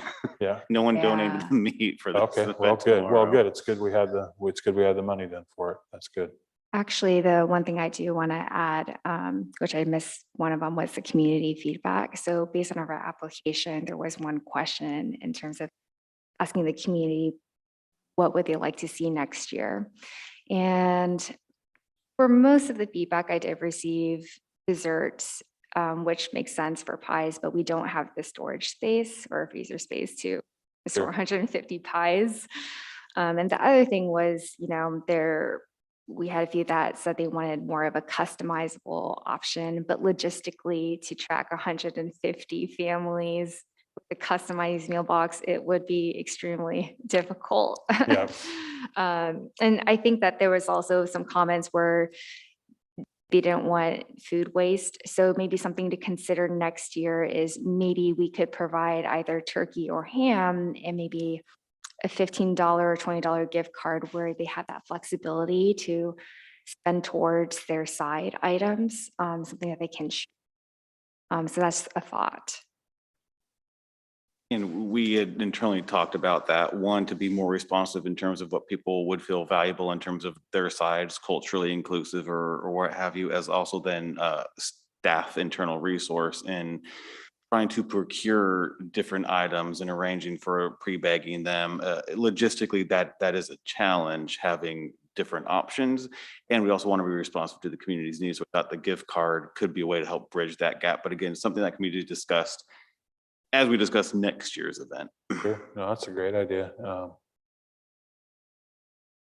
For the people that we deliver the meals to, coming to, getting to the store to buy something with the gift card might be just as logistically hard as getting here to pick up their meal bag. So, we might want to have sort of a hybrid approach, but certainly the deliveries are a number where, we them at a day in advance. Even we could probably procure the groceries and still stuff the bags if that was the way that they wanted to go. But I love the idea of the gift card, because great idea.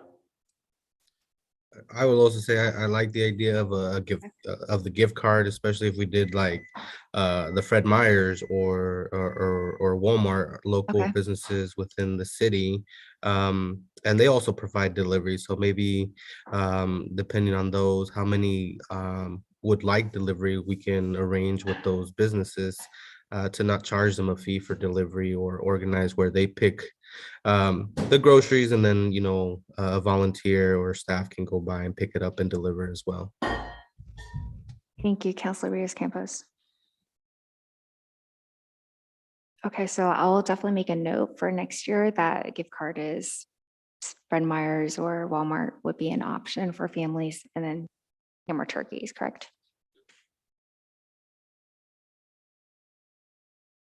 Those were some of the photos from our event. Definitely love this setup.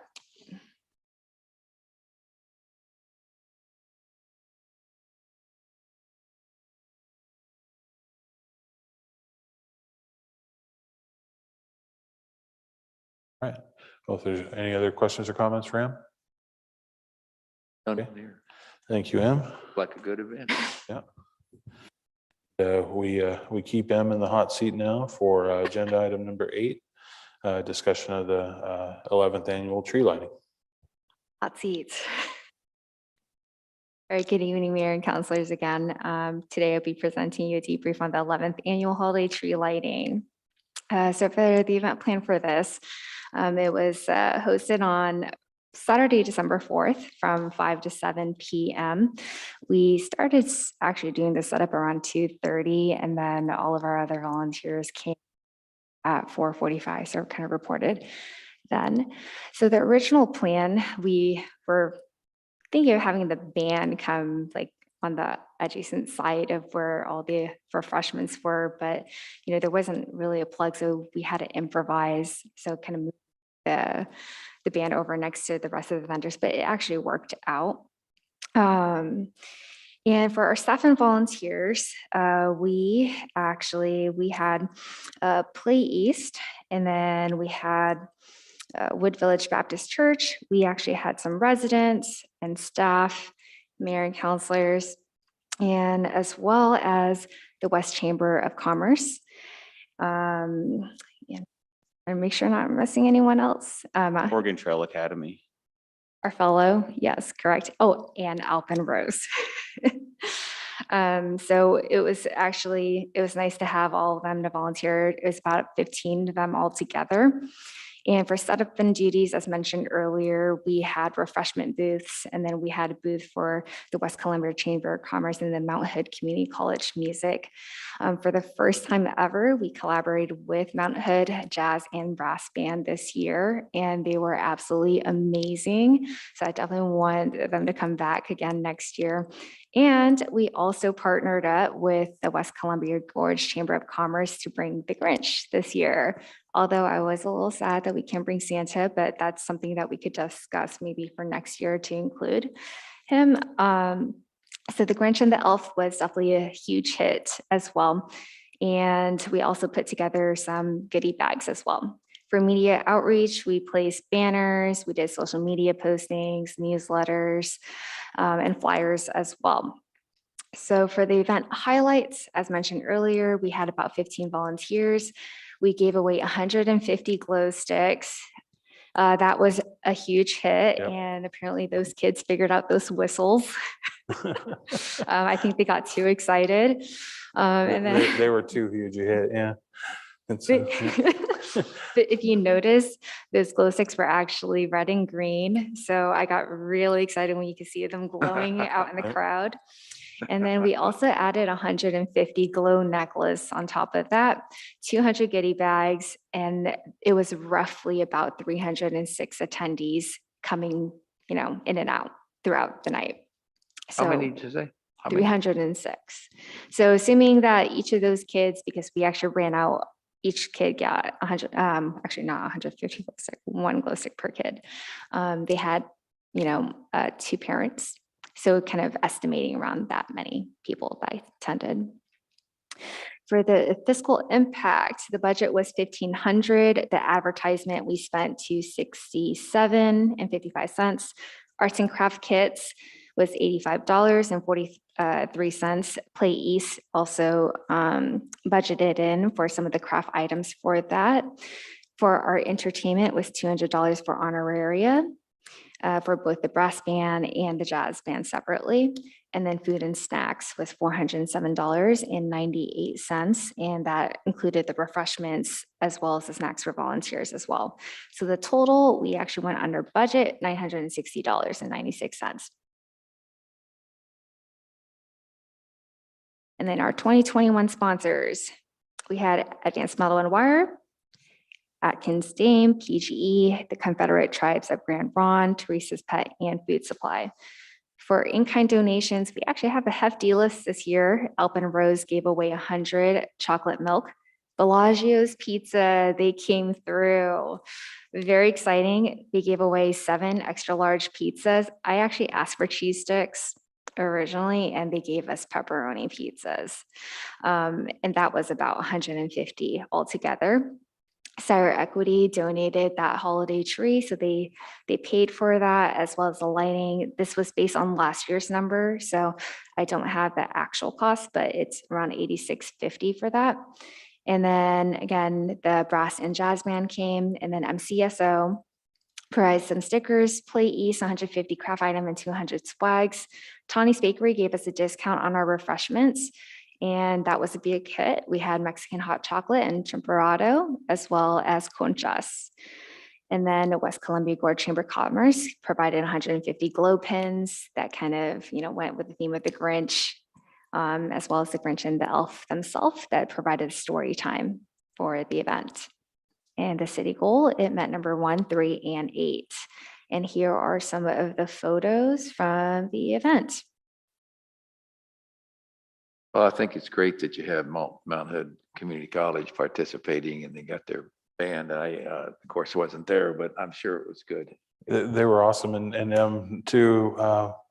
She dropped the piped in music that we had just as they were coming up with their first number, and it was like, I mean, I didn't even realize that we'd switched to the band until I turned around and saw them playing their instruments, and it was a couple 3 songs before people started to applaud because they thought that it was still the piped in music. So the introduction of the band was incredible. It was really smooth, and it was an interesting night in so much as that everybody was just friendly, and lots of people were coming up and chatting with me and chatting with staff and chatting with the MCSO. They gave out a lot of the stickers, but we just had a lot of conversations. That's great. With folks. I appreciate. Who seem to be having a really good night. Yeah, Sire Equity. Have they always provided the tree?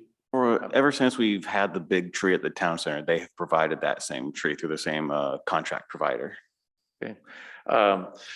Tanny's Bakery, where's that at?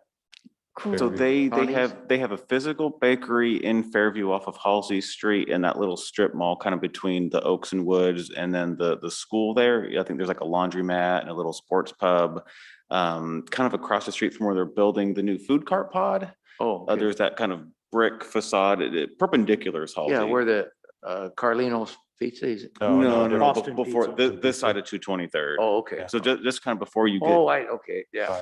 So they have a bakery there and then a coffee shop at 242nd in Stark at College Square. Oh, okay. And they're looking to combine operations into one space, and they are looking in Wood Village. And you know that Teresa's Pet Store, we try to buy there on purpose. We go up there and fortunately our dog has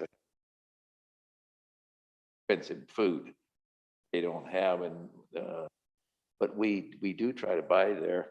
I see them, they're always active, aren't they, with us? They are. They've been a great partner with us. Greg, on the community dinners or the thank yous that Village has done in the past, I would get an invite there because I was on. I don't know if it's feed all, but some of our donors. Yeah, in Make the a past, we formal would invite the community partner donors, and COVID shut down what we used to Right. do, and so we're kind of using this time to rethink what those events may look like, so we can involve a lot of the volunteers and their families versus before as kind of head person and guest, and we know there's just more people involved in that than just. And we go to the well often, and We live in that well. Yeah, that's right. and they're So do the same 5 or 6 major donors. oh yeah. Yeah, they live in the well with us. Yeah. Yeah, so I mean, anyway, thanks for the update. And if you haven't recycled the clipper yet, if you still have that from last week, there's a $10 off of purchase of $50 or more, Teresa's coupon in the clipper, so. And just a quick comment, this was our first in-person event since the tree lighting of 2019. And because before we did them, either virtually or as a drive-through, this is the first kind of back to normal event. And there are a lot of people in the audience were purposely there because they was excited to have an in-person event again, and we were able to connect with people like we like to. And that brass band from the college, it really gave that Hallmark Christmas movie feel to the event. It was quite exceptional and just a really fun evening. And for next year, I guess, kind of provide a little bit direction or ideas, what your visions are in terms of, let's just bring Santa, or, having a photo with Santa here at City Hall. What does that look like? So that I could have a thought to improve that for next year. I mean, we know we can attract a crowd when we have it at City Hall because the last two at Old City Hall were, over the capacity for the fire safety inside of council chamber, and people were lined up outside. But I kind of like the location, in part because it, lets us partner with Sire, and obviously they're very generous in giving out the tree. And then in addition to the people that plan to be there, we also get all sorts of people walking out of Fred Meyer saying, wow, what's going on here tonight? What are you guys doing? And it just sparks a lot more conversation and gives us an opportunity not only to talk about Christmas tree lighting, but the other events that we do as a city, and if they live here and they're new here and they didn't know about those things, then it's a chance to, really give them some insight into what goes on. So I'm sort of in favor of continuing to have it there.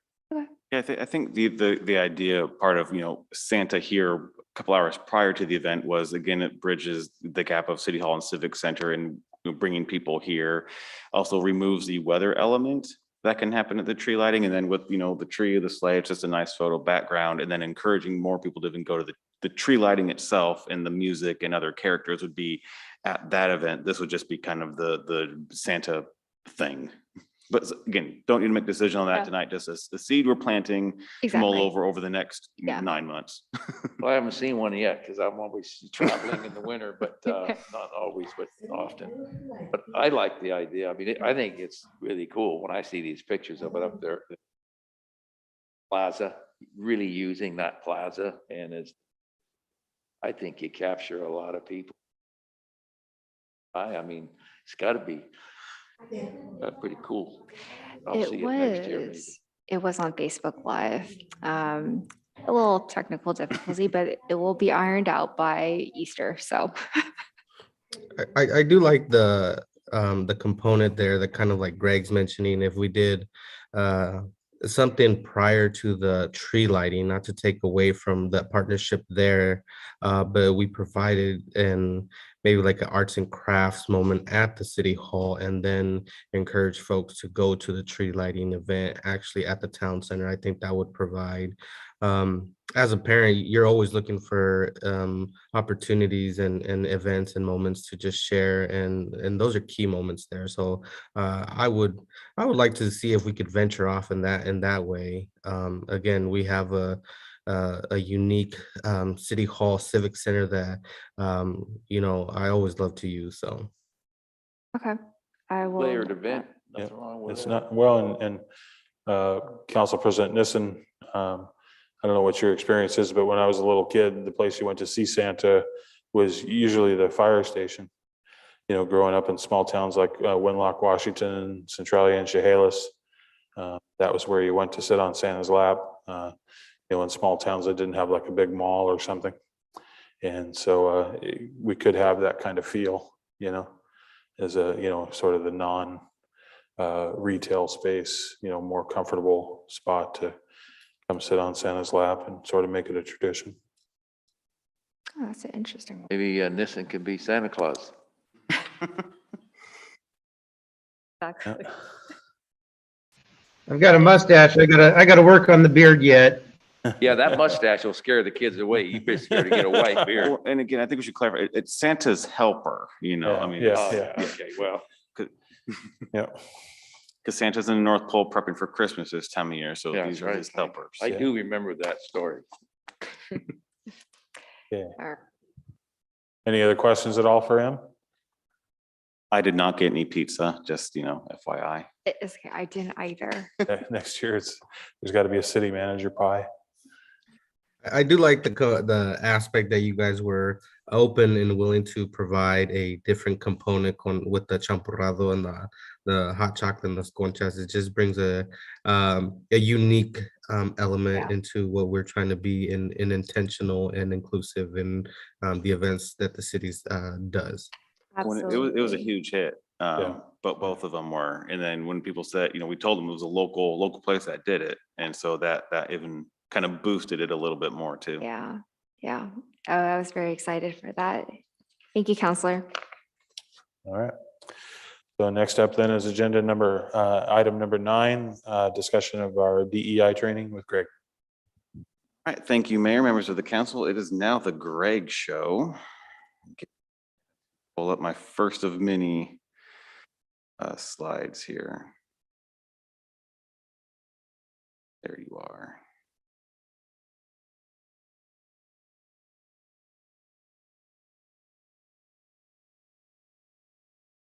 All right, so just want to do just a quick recap on some of the initial DEI work that we've done, and again, get your all feedback on the last training we did and where you as a council want to move forward.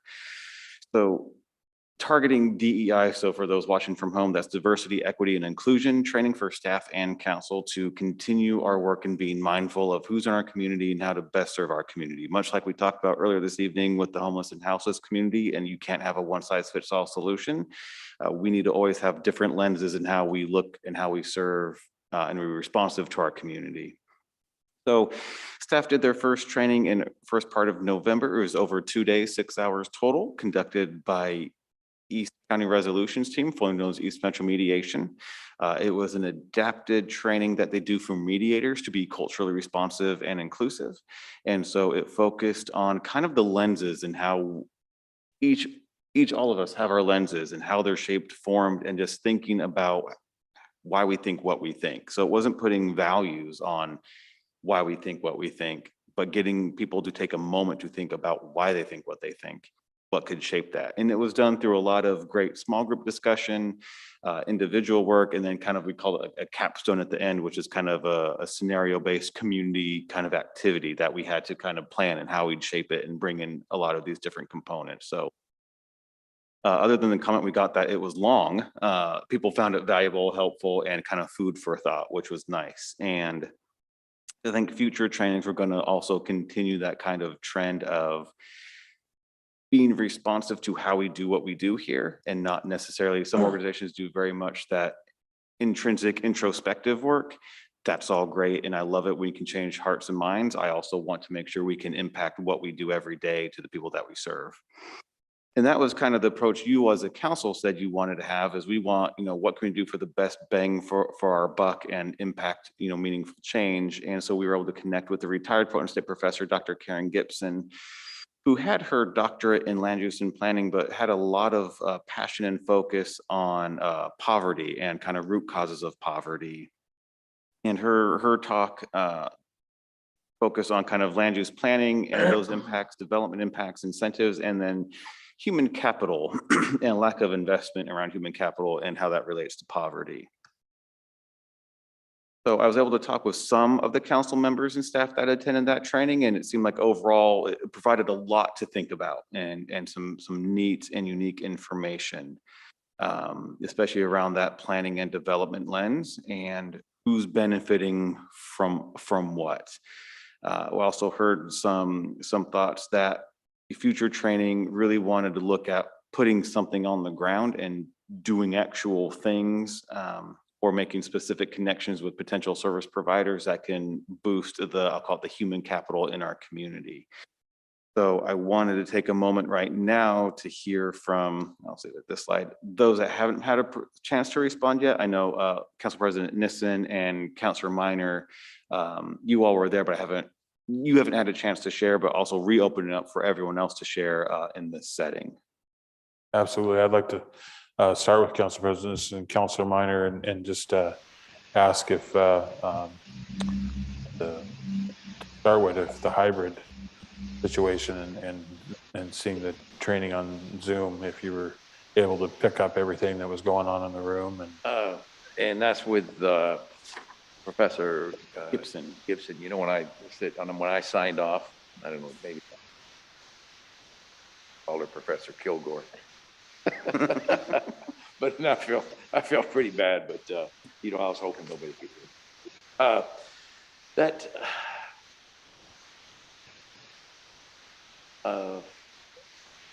I think she had a lot from where I was sitting. Wasn't easy to dialogue. So what I heard was a whole bunch. And I can send you this, Greg, and I can send you that report. I heard her make a lot of references to groups that have used her. I was a little disappointed that we didn't get down to specifics about events. You know, I don't think it was bad. Don't get me wrong. Where I was sitting in Taylor, Texas, and trying to track it, I couldn't hear it very well. And so I certainly at a disadvantage because I couldn't hear her most of the time. So, and that's you know, an ongoing thing about that, but When using that room, she sat the furthest away from where the microphone mic speaker was. bar is versus how we held it in here. The audio probably would have been better. It didn't do a lot for me, right? I didn't gain a lot of deeper understanding. I was going to send you a note, Greg. You know, maybe if I read her papers, her research, but I just didn't come away with impact from it. And again, I was doing talked a lot. I didn't get it. I didn't get a lot. You know, and it's late, it's getting later in the night, and I'm about buzzed out from driving from 5:30 this morning and missions. So I can't articulate too much more. That's my individual. If you asked me that evening, I would have said. and Council President Nissen. I agree with what I could hear from Councilor Minor there. There was a lot of information that was given out, but I had a hard time following the information that was being provided by Professor Gibson. It seemed to almost, for lack of a better term, just be a shotgun out there of information, and I had a hard time following things and didn't get as much out of it as I was hoping for either. And then Councilor Rios Campos. Yeah, I was able to share with Greg a little bit, just kind of reflecting more on it. I think it would have been useful if the council would have sat down and identified maybe one or two specific areas that she could help us identify those areas. It was a lot of information. I was grateful for it, but I think again, what we expected maybe wasn't what we got out of it. And I think being more focused in certain areas would have been more beneficial for the time. I also think 2 hours for a discussion as deep as this and for the whole city wasn't enough. No, and I agree with the point you made that it would add context to read some of the things that she wrote. So like I read the Bleeding Albina paper, and that does help because it was a little bit scattershot, but I think that there's value to having had that presentation because it did start us in the direction that we want to look, which we know is the planning focus and the impact of urban renewal and things like that, and who gets displaced, and then also how can the planning code be either purposefully or even accidentally weaponized against people. But then, like Councilor Rios Campos was saying, that we maybe should approach a training with specific ideas about what we want to learn, and I think that this put us on the path to that, and that this gave us a little bit more confidence that we can identify those things on our own, and then take a next step. And I would like a next step to kind of feel a little bit more like an instruction manual, but feel a little bit more like an instruction manual. But I also felt really good about having Dr. Gibson's evaluation of how we are currently handling things like urban renewal and community outreach, and to find that we were doing the right things, and that we were taking these things that oftentimes are turn out to be a roadblock to having a equal footing racially, and treating them with the care that they need to ensure that that doesn't happen. And so I really liked having her evaluation of where we stand with our programs. I think we're trying. I mean, I talked to the Muktuk, one of them on report, and that work on it, Muktuk too. Patient. Sex with generational racism, institutional transportation piece. So I think we're trying hard, and headway. I don't know what the next step is, but I always like to look at these things in context of what we're doing. And so I think we're asking the right question. I don't know how much training I feel like I need. We've gone through the policies and we've looked at those. I think we're developing the culture. We're not done, but I think we're developing lens that we should have and looking at everything.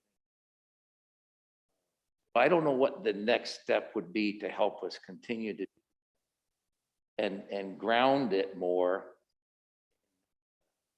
County, ground it more in Woodbridge. So I don't know, those are my, Sure. like No, my fuzzy thoughts right now. And I'm able to add maybe either I'm going to add mud or add clarity. So you tell me. So part of Micah Bate's interviews with you all are going to mention a thought about doing a very robust, scientifically valid community survey about the community, what it feels its needs are, gaps are. That seems to fall in line with what some of the comments we heard this evening about wanting specifics on events, wanting clarity on, a focused discussion or focused questions or needs. So it might be that we wait till after the retreat and see what collectively you all feel about some other next steps to then focus, whether we call it DEI training or just bringing in someone to help clarify an issue, a question. That may be something. What it seems I'm hearing is you all want some higher level information about a very specific need, but there's not necessarily clarity of what the need thing is at this point. Is that a fair assessment? And then also, I feel like one of the values to Dr. Gibson's work is we got a historical perspective on what's led us here, and some insight into what of that historical perspective isn't actually history, but it exists today. But then also take, sort of a more modern approach to attacking the problem. So, I sent you the name of one consultant, and it just so happens that she's embroiled in that whole mess out in Newburgh with the Newburgh School District.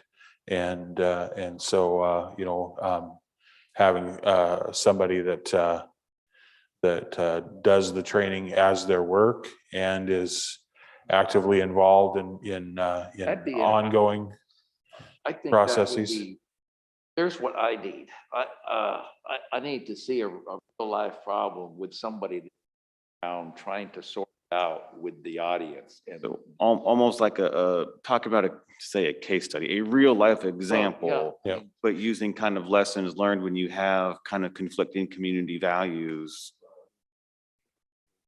you know, if one of the consultants is working with them. Yeah. Yeah, so after another thing that this training did, because it was advertised and other people saw it and heard about it, is then we got some contacts from other people wanting to help us do this work, whether it's, I'm going to believe for benevolent, kind reasons, but it could be for other, but this one person did reach back out. And so if that's something you are all interested in, is when you get, I'll call it conflicting community conflicts around sensitive issues, how is that handled? I And think we could learn from that school board topic. Yeah. I think conversation, some rich current experience. I think it'd be very interesting myself, Sure. watching that school board and that. the whole community is hurting. It's, Well, yeah, and they really are. And What could be lessons learned to prevent that from happening? Well, I think or we could lessons learn learned on how to adequately push back. So, even, if you're the decision maker, even if the overwhelming public sentiment is to remain the way that we were, and to look at this not as a human issue, but as a political issue, to say, no, we need to make progress. And so I think that it'd be an opportunity just to learn some strategies for how to display courage in the face of this public debate. Interesting to see what yeah. those online, if that's Yeah, something yeah. for me to pursue in trying to. No, connect and get absolutely. that stuff. Council President Nissen and Councilor Howard Rios Campos, please weigh in at any time. I think for me, I would, previously you guys have done a study on policy and trying to clean up language and all that. I would like to kind of see a study, has that been beneficial and useful for the community at large? Making changes is great. For me, I just kind of want to see, is it the right change, or was it more harmful to do those things? We understand that, again, things are done sometimes intentionally and unintentionally, and sometimes changing certain things affects other things. So there's a big domino effect in certain areas. And so just would like to learn and see if have those things been a positive change for our community. And again, looking forward to when we do our annual retreat. Are we looking, what kind of things are we looking to do with our annual performance plan, and kind of use that lens of a DEI on that?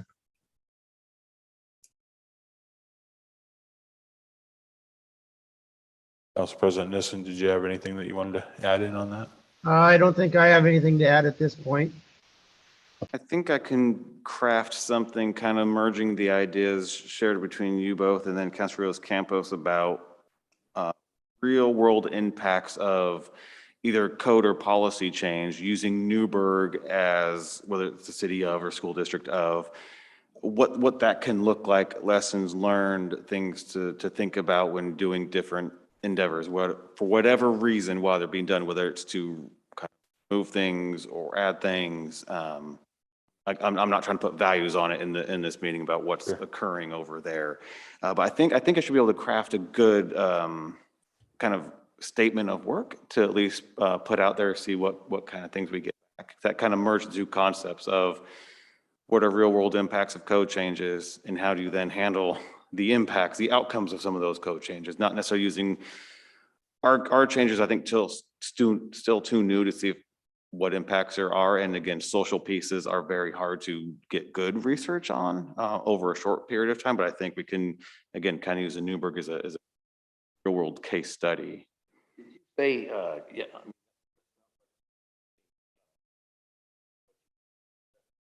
Ask you the question about, did you say you already were moving forward with a robust survey? That's just one of the ideas. It'll come up in your interviews with Mike Abate next week about an idea, and it's because over the last 3 to 5 years we've had a lot of big stuff. Sale of City Hall and redevelopment, this building, zoning and development code changes. It's kind of even going back to the 2018 Town Center Master Plan update. There's a lot of stuff packed into those things, and now a lot of them are done. So it's a moment to say, what is next for us and how should we figure out what is next for us? Is that a robust community survey? That would be a tool. So I don't want to be a spoiler alert, and Mike should be sending out those questions, I think tomorrow. Yeah, tomorrow. So you will see the questions he'll ask, so you will have time to think about answers. Am I mistaken? Have we ever done, any kind of data collection on how our community feels about if they feel included, if there is feelings of I'm brown and so I don't get to take part? Have we done any kind of, I don't know whether you can do it. I just I don't know. If we've done something as might not have ever been asking the question regarding race, ethnicity, but we've had in the past asked a certain question about how do you feel safe, valued, respected. We never got enough responses to be, I'll call it, even meaningful. It would be at best anecdotal. So the idea would actually be spending some resource to do a scientifically valid community survey to answer some of those questions. Yeah. Well, and one measure in the dipstick 1 year, that's all it is. You got to keep doing it over a time. Because communities are fluid. Yeah, and you don't know, if you get your reading that, hey, we're not doing very well, and then we go do some things, and there's also recency impacts that influence surveys. Anyway, I don't want to take up more time here on this. Me talking. But our experience is anecdotal, but some of the anecdotes aren't really all that positive. When Greg and I were at one of the post Las Posadas dinners, everyone in the room thanked the authorities for coming, and we asked Councilor Rios Campos if that was just a sort of a translation issue. And he said, no, you have to understand that a lot of folks that were here tonight might have come from a country where you couldn't trust elected people, and they didn't expect good outcomes at all from the decisions that their electeds would make. And so, clearly we have a long ways to go still to build trust. Councilor Real Campus. But I don't, I know we probably always look to have weigh in on this, but I don't know how we're doing in this community in terms of what we're talking about. What I could say is over the last probably over the last 5 years, the trust has increased. It's increased tremendously. The community that I am involved with has grown that trust with the city, and you can see that with the events, the cultural events that they have put on and have seek new locations. Perfect example, even though it was a combination with the inauguration and the Play East grant, but the 15th of September, Mexican Independence Day, is a huge celebration. And for them wanting to do it at City Hall, I think is tremendous testimony of what the city has done to try and gain some trust. And so I think the city is headed in the right direction, but like you mentioned, it's fluid. And so as we interact with certain community members, there's a whole bunch that we're still not engaging with. And it's just like, how do we engage with them? And so that was going to be my kind of question to Greg is, even though this survey is being put together, how are we, going to collect that information when it seems like other surveys, we don't really see a big response? I don't want to spend too much. I almost lamented bringing that up, but I wanted to give a kind of a heads up to it. The surveys we do now are either in, social media, newsletter, with our other events. They're not there's a whole professional career around scientifically valid survey collection and methodologies. And that's where we would have to hire a firm to do this, to do it correctly, to make sure it's useful information that we are capturing, I'll call it the essence of the city and community.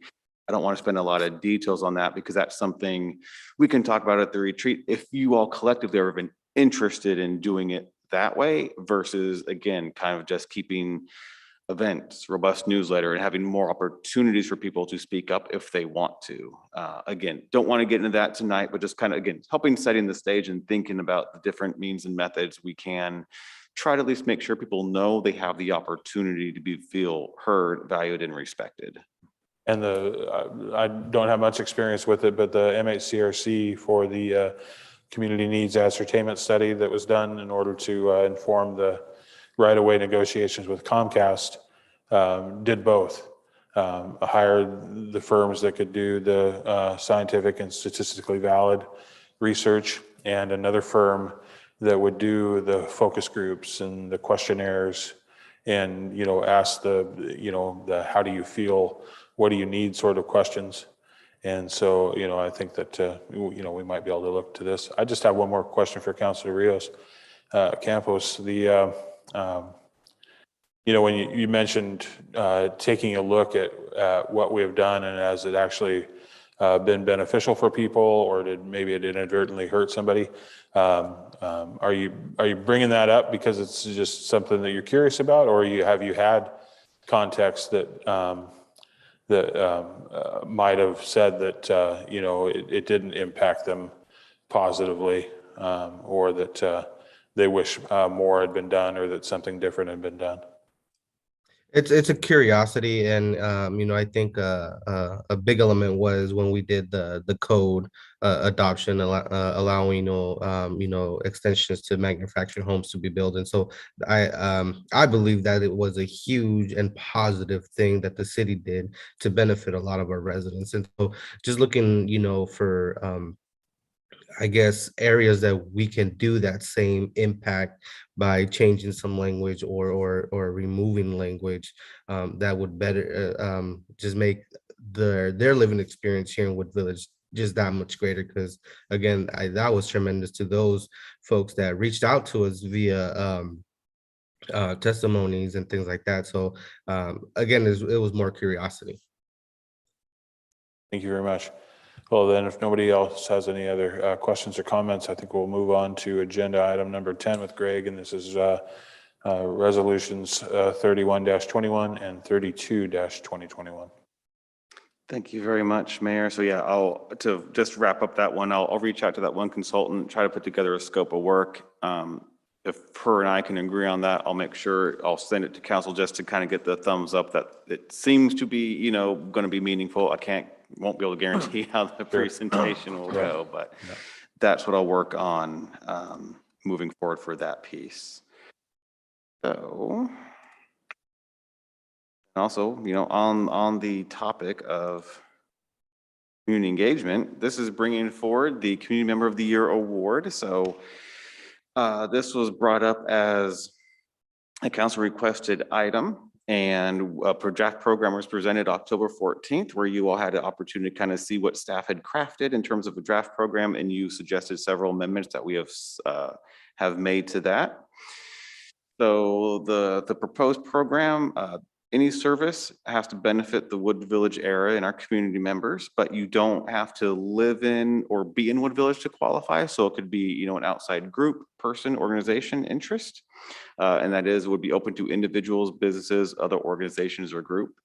And that there is no limit on the number of awards that the person could receive or be nominated for. It cannot be paid service, and city employees aren't eligible. So the basic framework would be that we will start promoting this program well in advance of fall time, but nominations will be open in the fall time to then award November, December timeframe. We also heard from you that you would like the current year's winner to be part of this, selection process for that current year. And the only caveat we put in there is, as long as that person isn't nominated again, they can be on that review committee. We didn't want any kind of potential conflicts of interest in that selection committee. And that the award would include a plaque to the award winner, a gift card package that was thought of as like a tour of Wood Village, so it could have different Wood Village restaurants, businesses, things that they could enjoy in and around Wood Village while promoting our business community. They'd get a nice write-up in the newsletter article in January, an invitation to the appreciation event, and then the plaque would also have a perpetual plaque here at City Hall that the current year's winner would have a photo spot, but then, individual little placards of who won whatever given year. So current year's winner, they get the photo, but then as new years go on, they just have their name on the plaque. So we do have a resolution for you in front of you this evening to adopt the program. And if you do choose to adopt the program this evening, the next set of slides is about the potential first winner based on some discussions with some members of the mayor and some members of the council, and kind of some staff thoughts of who could be deserving of this without going through a full kind of, I'll call it, community nomination process. So went through this pretty quickly. So what questions or concerns do we have about the program before you? Council President Nissen, do you have any questions or comments for Greg? No questions at this time. Councilor Rios Campos? I like the idea of the gift card package and promoting our local businesses. Councilor Minor? No questions. All right, then I would entertain a motion to approve resolution 31-2021. I move to approve resolution 31-2021, creating the Wood Village Community Member of the Year program. Second. A motion and a second. All those in favor? Aye. Aye. Motion carries. Thank you, Greg. So then moving forward, I have a nomination for your consideration, and the applicable criteria was put into the council packet using a draft form that will probably just tweak a little bit as we move towards actually a fall time nomination to make sure it's good for online submissions and paper submissions. But the nominee for the 2021 award is the Natural Leaders Group. In 2021, this group of community-based volunteers was instrumental in COVID safety information, also including supplies, supply drives, COVID clinics, outreach and support. Started through essentially grassroots efforts through the agricultural community, the Hispanic agricultural community, seeing a gap in service level. I'll just leave it at that. And they formed together, got resources from Multnomah County, and then did training through, I believe, Multnomah County to help increase their ability to serve the community. Through that, it then expanded into partnering with the city for all of our city events, helping provide culturally relevant information, volunteer efforts, and they're still active in the on-site COVID vaccine drives here at City Hall, helping set up, being again that friendly neighboring face that provides reassurance to people. Some of them also did work on the 2020 census. It's going back a little bit, but again, just that community mindfulness of supporting the community and being a community advocate, community partner, and a trusted source of information. Because as we learned during the 2020 Correct Count Committee, people don't trust us. So when you partner with, kind of people from the neighborhood, people from the community, and you increase your trust with them, they then extend that to their circle of influence. And that's exactly what the natural leaders have done in the past, I'll call it 18 to 24 months, specifically again, the past 12 months. We asked Councilor Rose Campos earlier about what do you feel the thoughts are, and that improved connection to the community. I think a large part of that is also our relationship and partnership with the natural leaders, hence why they're deserving of the nomination and your consideration of the award. And the vaccine clinics, I've dropped in on every one of them so far. And in Providence had a misstep at one where they showed up late with vaccines and only had pediatric doses. But for the most part, I've been told about the numbers at other pop-up clinics around the county. And these folks are facilitating 3 to 4 times the number of vaccinations that are going on at the other pop-up clinics. And City Hall is full when I get here. One time there was even people waiting out the door. I think that night they did over 80 vaccines, like 84 vaccines. I got my booster here at a Wood Village Drive. Way to go. And so, but they just, not only do they build trust, but they make you feel real comfortable too and welcome. Come to one of the clinics. Well, I'll tell you, I think this is a fabulous nomination to kick off this program for our city. I think it's just exactly what we need to be recognizing. So I'm real pleased with this nomination. And I just think it's just a great way to kick off this program. So, say they have a 2-year track record. So I think when we decided that we wouldn't cap the number of times that you could win, this is exactly the sort of group or person that we had in mind. And, it's a little late, and then, when we move forward with this program, we'll be nominating earlier. So it'll be after the holidays. We'll connect with the Natural Leaders Group to make sure all the regular members can be present. We'll do a nice photo thing, do the whole award package, probably mid to late January. and I appreciated the way we tweaked it a little bit in the previous discussions. So I'm all in. And the real funny thing is, with the natural leaders specifically, some of their members, they'll come to volunteer at some of our events, or they're helping at the COVID thing. They're always thanking us. Yeah. And I keep telling them, like, you don't need to, we're thanking you. You're making this possible. But I think it goes back to just their generous, service first nature. All right, then. Well, if there's no other questions or comments, I would entertain a motion to approve Resolution 32-2021. I'd just like to make one quick comment before we move on to that. As has been mentioned, these are community members and volunteers. So it's just impressive to see their generosity in the level of service that they do. Other individuals that receive payment, of some of these vaccine clinics could only wish to have served as many people coming through their events as this group have put together. And I will just throw out there that because of their efforts and requests, that big vaccine drive-through clinic that happened last week at the Grand Ron property wouldn't have been possible without this group, as well, as they planted the seed for that site about a year ago. And so again, it just shows the level of commitment they have to their community, but not only in Wood Village, but the surrounding cities as well. Thank you, Counselor. Did we hear them? We haven't heard the motion yet. Okay. Very, very bottom of the screen Yeah. in front of you. It's on the bottom of the screen there. I move to approve resolution 32-2021, awarding the 2021 Wood Village Community Member of the Year program to the Natural Leader Group. Second. A motion and a second. All those in favor? Aye. Aye. Aye. It's unanimous. The Natural Leaders Group are our Citizens of the Year. Now, I'll work to make contact with the group to do the, proper ceremony and recognition.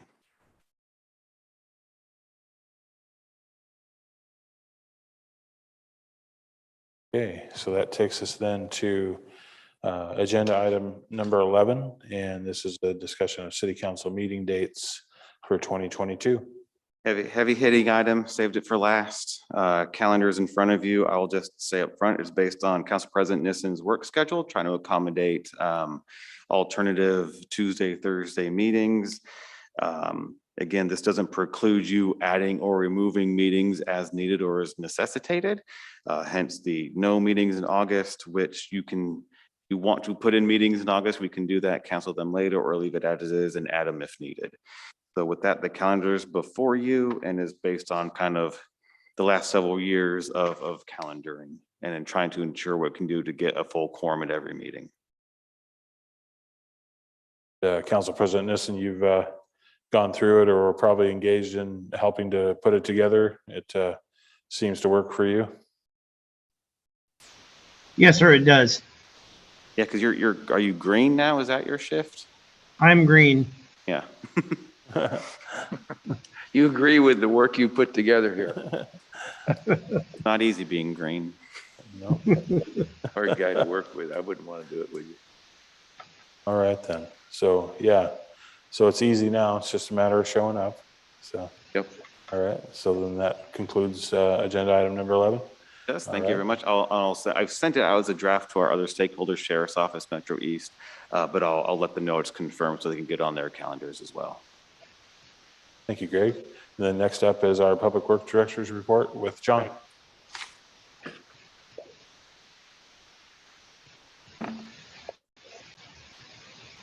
Oh, I'm the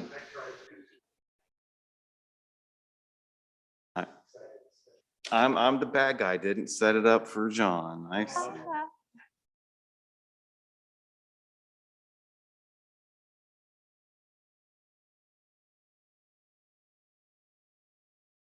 John, they're eating into your time. Good looking. I think it's only Good an evening. hour and a half tonight. Good evening, Mayor, City Councilors. How are you doing this evening? I'm here to present to you the December 2021 Public Works Director's Report. There's really two things I really want to highlight. You have the Director's Report in your agenda packet.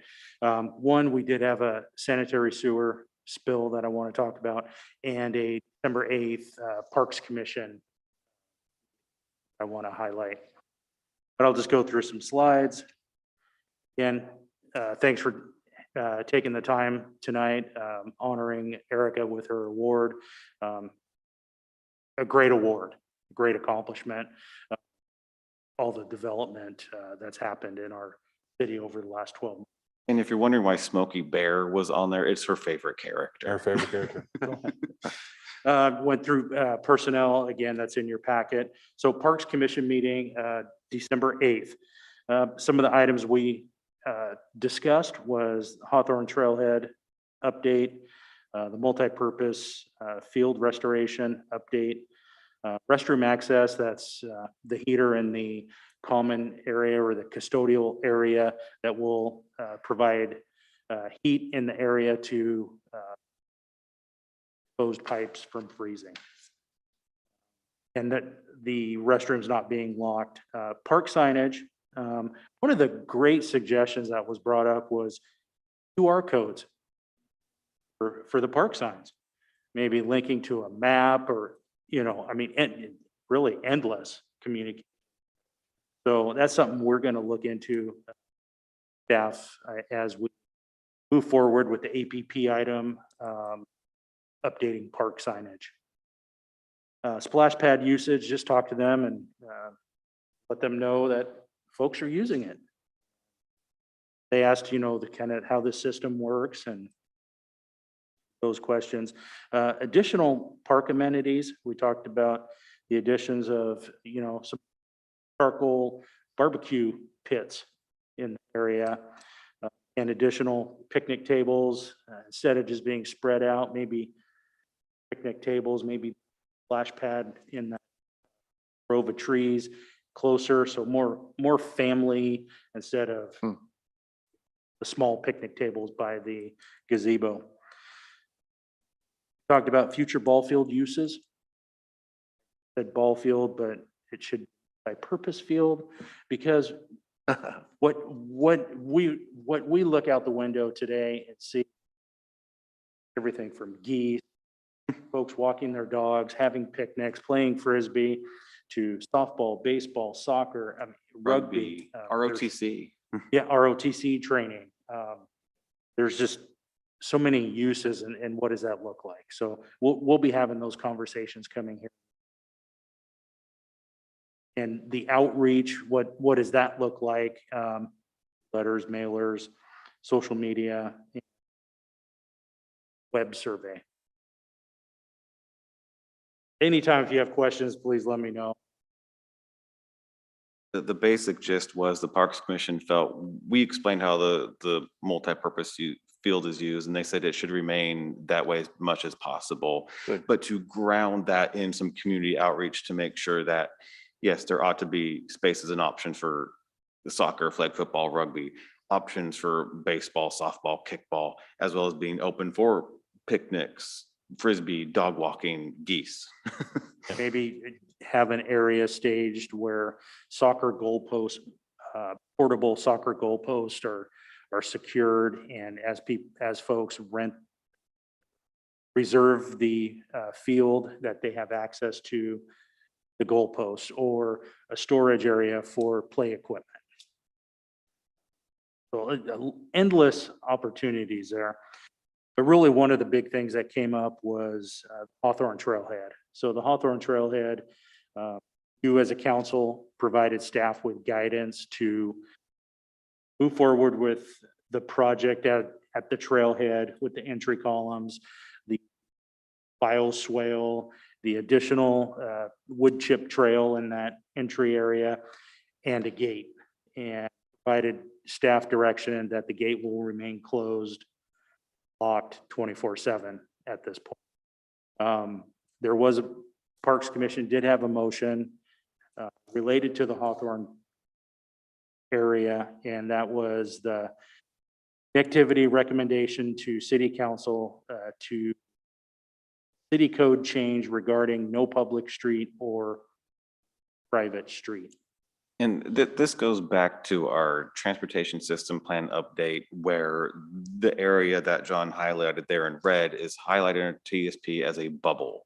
That could be anything from a street, enhanced pedestrian or bicycle pathway. It had no defined thing other than its potential future connection point somehow. There was then the idea floated because Tree Hill and Cottonwood have one point of ingress and egress, and that's 238th, and that during an emergency or other kind of event, that it may be beneficial to have a secondary access, and that would be off of Hawthorne as originally designed in the 1970s, because if this were being built today, it couldn't be built with the singular ingress egress.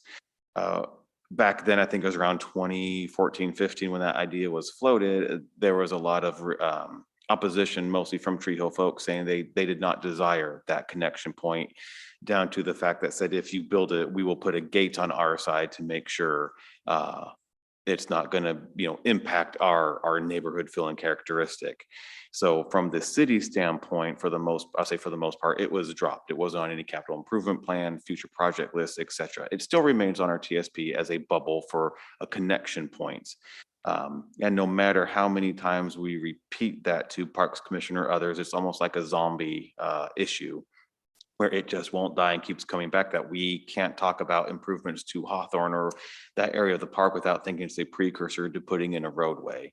And so this wasn't on their agenda to make a motion, but some on the commission felt strong enough. It was a 4-0 to 2 abstain vote to forward this to you all. We're not bringing it forward to you tonight to take any action on, but simply making you aware that they did make a motion, And we will be bringing this back in, as well as the other park stuff at a future meeting, late winter, early springtime. This is more just letting you be aware that the Parks Commission did make a motion on this. So more to come with this in early, late winter, early spring.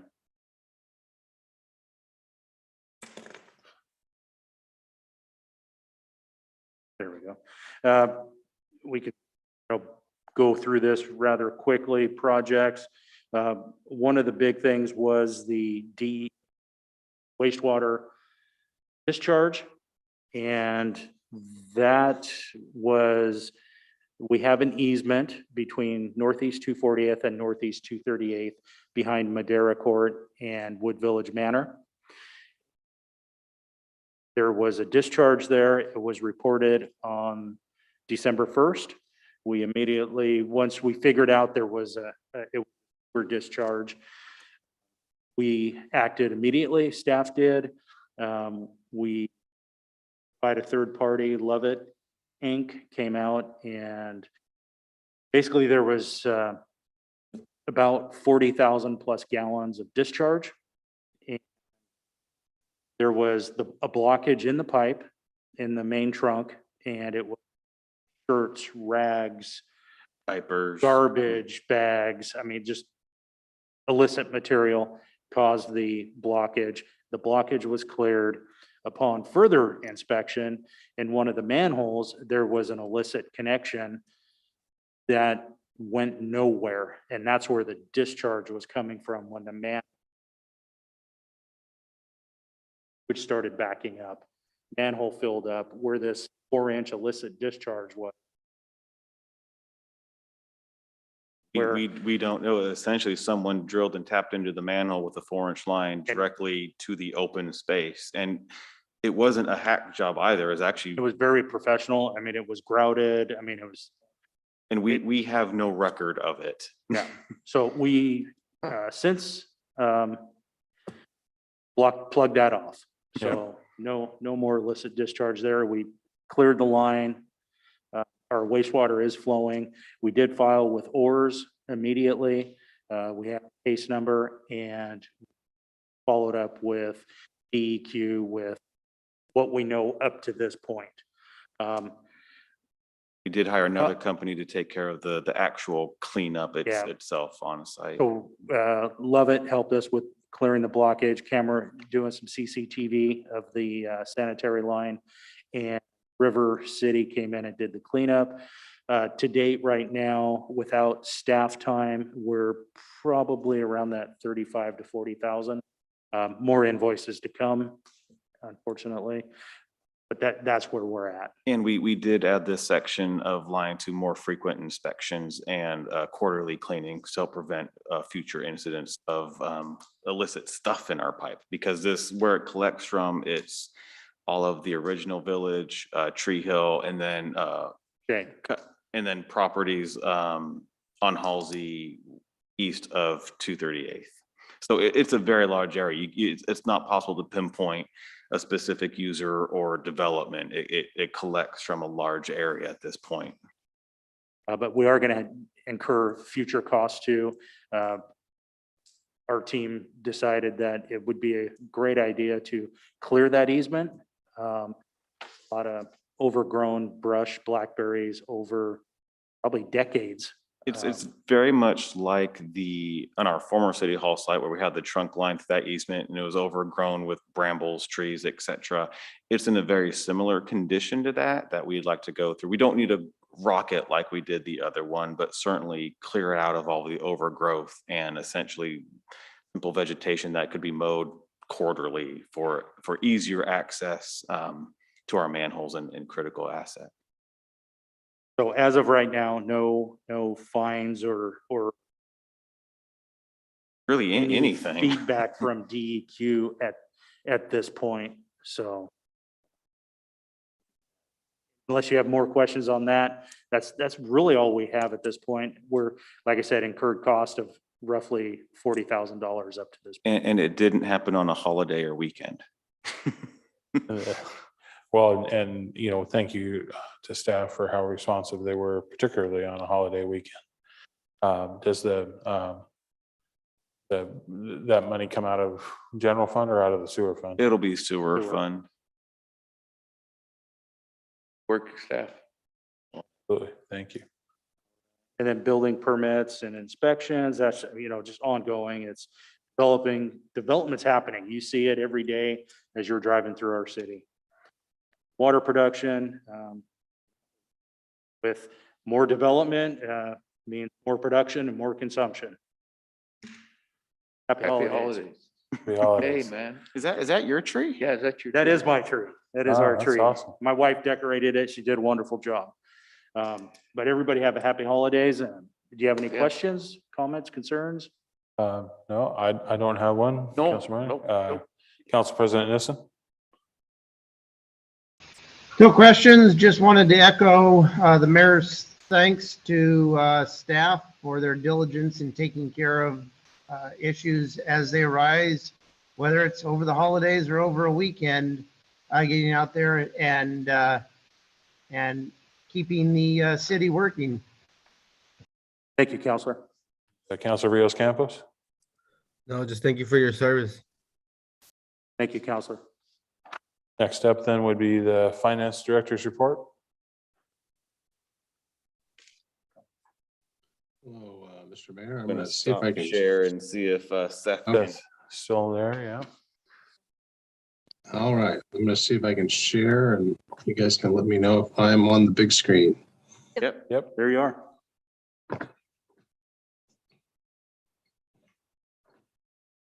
Okay. So most important update is that this was not included in everyone's packet because my wife decided to go into labor last Tuesday. And we had our baby 2 o'clock in the morning on Wednesday and didn't have time to get it into the packet on Thursday. So And he only gets to use that excuse 3 more times. Yeah. Then we just start blaming the baby. well, you know, I've been blaming the baby for a lot of things. So one more can't hurt. Hey, Seth, I just got to tell you that your new daughter and I share the same birthday. Oh, well, that is awesome. So someday if she wants to meet me and talk to me, you know, I'll talk to her about December 8th, that it's the day after December 7th, which was the attack on the Pearl Harbor. Yeah. Anyway, congratulations on your new baby. Thank you. And I'm sure she'll be a social butterfly and be making some appearances at various city events soon. All right. So with that, we'll send out with the weekly update a paper copy of this, but I wanted to give you guys the highlights. So we'll go ahead and start. So first up is the ending cash balance. We saw a little bit of a bump up this year because our property tax payments started rolling in November. I'll just highlight a couple of trends because we're far enough into the year now where we can see a little bit of kind of where we're going. So property tax, you can see there is down. That's just a timing issue.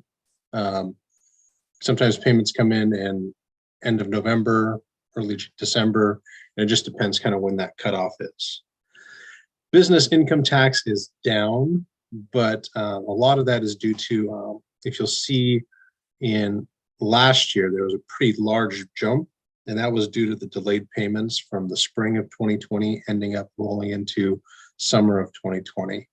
If you actually look at where we're at compared to 2 years ago, there's a significant increase, and those 2 years are a better comparison. Cigarette taxes are down. It continues a downward trend. On the positive note, we actually saw our gasoline tax. Again, we saw a drop in 2020, 2021 due to the pandemic. But as you can see, if you compare the pink line from 2 years ago to where we're at, we've actually seen a pretty good bump up in that revenue source. And then related to COVID impacts, motel taxes are back up. They're not completely recovered back to what they were back in 2019. but still come a long way compared to where we were last year. Finally, interest revenue is down, and that's just the dropping interest rate. We've gone from close to 2.5% to our current LGIP rate is 0.45%. So it's less due to the balance of money and the spend down. It's more due to the interest rate declining. It is property tax season, and so I did want to give you guys the latest from the county. So every year we take a look and get an estimated assessed value. That's the first line. And then in order to get the city's revenues, we have to back out what the urban renewal gets. So that tax increment starting at 16.9 million and bumping up there, that's how much of our property tax value is within the urban renewal agency. So based on the total estimated value, we get our tax rate levied on there, and we get an estimated taxes that were supposed to be paid. We always know that we collect less due to late payments and penalties and some other stuff. You can see kind of, we generally figure that that's about 4%. So it should be about 96% of what we should actually receive about 96% of what we are due. And so for the city this year, you can see that we had a pretty sizable increase in taxes due, 5%. Not entirely sure where that came from. It turns out the county has about $5 million of assessed value that's not in the urban renewal agency that got added above and beyond what we would normally expect. But we've reached out, and I think that this is just going to be one of those mysteries of the property tax system. The good news is we think that our actual property taxes collected are going to come in about $30,000 higher than we budgeted. On the urban renewal agency side, if you look there, we had a huge jump in the tax increment from 2020 to 2021, but a very low increase from 2020 to 2021. What this means, and so we budgeted 370, we're not going to get that. And part of the reason for that is what this essentially says is South Riverwood came online between 2019 and 2020. It looks like from what the assessor put out, none of what we got this year included anything that was under construction at the byway. So none of those buildings actually made it on the tax rolls in time for us to receive the revenue this year. So we won't actually see the revenue from that until 2022, which we did include when we were in our discussion, finalizing our discussions of this incentives with the byway for the urban renewal incentive. So, and this is, sorry. The reason for that uncertainty is the county, sometimes it does a construction in progress and puts a lot of value on it. Sometimes it just waits until the project's done.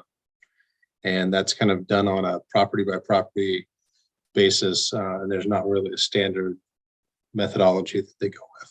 So that's why that number is lower. And we wanted to let you guys know that. That shouldn't affect anything for our bond payments or planned expenditures. It just means we're going to get the money 1 year later than we had planned in spring of last year. So moving on, general fund budget versus actual expenses were lower than what we anticipated, other than in capital outlay, and that's because the Trailhead project is wrapping up, and all that money got spent is going to be spent in the fall rather than spread out throughout the year. Street fund, we are below personnel and materials and services trends. And the reason why the capital outlay gap is large is because the significant Halsey Street crossing project that we're waiting on spending that probably won't happen until spring at the earliest. Water fund, again, expenditures are looking good, and that'll be the same for sewer. And then finally, I just wanted to kind of give you guys an update on what's going on with our capital. You can see that John's been spending some of the money with the Hawthorne CDBG project. That's the trailhead. Expenditures on the municipal building are winding down, which is good news. We're hoping to do a closeout for you guys in January. You'll see the motor 4 rebuild that we had talked to you about. That expense actually hit in November. And that's it for our capital expenditures so far this year. We've spent about a third of the money that we planned on spending, and we're about a third of the way through the year. So not too bad. And that is the end of my presentation. Any questions from council? Council President Nissen, any questions or comments for Seth? I have no questions. Seth, congratulations and happy holidays to you. Thank you. Councilor Rios Campos? Yeah, no questions and congratulations again. Councilor Minor? No questions. I don't have any questions for you either, Seth. So, take the rest of the night off. You deserve it. Thank you, Mr. Mayor. And enjoy your holidays there, Seth, with their new family member. My daughter has started calling her our emotional support baby. The next up, city manager report with Greg. Thank you again, Mayor and Council. And just as a highlight for Seth, I mean, I appreciate his family planning that we were pretty much all wrapped up with the audit before he needed to take some time away to spend with his family. So audit is looking really good to complete, and actually this calendar year. So we're real happy with that. But in terms Good of the job, Seth. APP, the actual APP report is in your packet. I just want to highlight a few items. One, on the motorhome tiny home code, we did submit an application to Portland State's Masters of Urban Regional Planning for a capstone project. We'll hear that in about mid-January time. So we did submit another application for that. As you see, we're starting to get a bit of yellow in this, but on a bit of good news, our water and sewer master plan update. We worked through the scope for both of them today, have a few questions, so we hope to have an actual signed contract with agreed upon scope, probably the very first part of the new year. And on the really good side of that, it's within budget for both of them, and we feel really good about the scope and work that we're going to get out of both efforts. It will take about a year to do all of that work, so it will extend into the next fiscal APP planning year, but we feel good about what the product we're getting. It took a little bit to get it, but we feel really good about it. The other couple things I want to call out again, the TGM Main Streets on Halsey, that's held up at ODOT at the moment, but the Main Streets on Halsey work group and technical team are queued up, ready to go. Hopefully that could be shortly after the new year. We got a new potential contract for long-term right-of-way maintenance this evening, which was really great. We did learn from Multnomah County Roads that they are bringing back a limited duration kind of inmate work crew to work on targeted areas. You're only doing it for a couple hours, a couple days a week.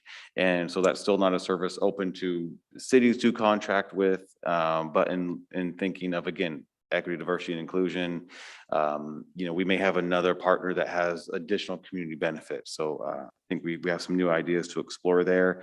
And on community Wi-Fi, FedEx called this morning. The smart benches are arriving tomorrow, reportedly. Put it this way, they're in Portland. And we signed a contract to get the fiber pulled to our parking lot lights, so then we can get the Ziply gear installed to have start the Wi-Fi deployment in the park. So that is looking really, really positive in light of worker shortage, supply shortages, supply chain issues. That's been kind of an issue with some of these projects. With that, what specific questions do you have on the APP or other actions of the city? Council President Nissen, any questions or comments for Greg? Nothing at this time. Thank you. Council Rios Campos, No questions, thank you. Council Minor, No questions. questions for you either, Greg? Just say that's good news about our smart benches. That's awesome. Oh, and for a municipal code update, we hope to give you an update at your second meeting in January with our Portland State Fellow James. So you should be able to see that first look next month. But just quickly, install date on those benches, is that like anticipated? We don't know what they look like. All I was told by FedEx is that it's an extremely large box that even they were concerned about. So I don't know if they're already assembled, if it's a thing of Lincoln Logs. Yeah, well, I'd be curious. But Okay. we do know before we get our, I'll call it our park Wi-Fi installed, we can use our current City Hall signal potentially to feed that in. And we even talked at Parks meeting about there are sign opportunities on those benches that could either be kind of static to talk about park amenities or even rotating to help with engagement activity. So I'm really excited to see the thing. Okay, good. We ordered them in April. Yeah. Yeah, it seems like April of 2017, but it's.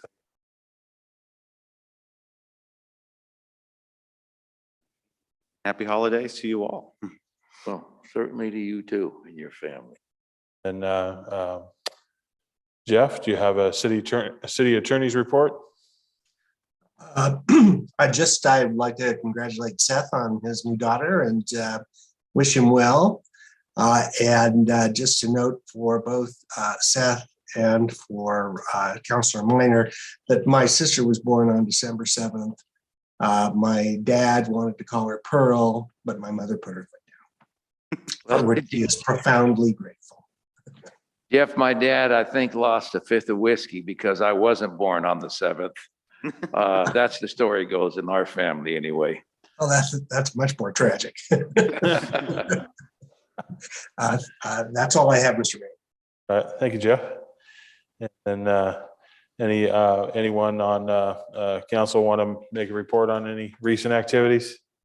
I need to just be on record here in a Muck Tuck update that at some point we're going to be having some conversation about tolling policies, congestion pricing. It's called different things.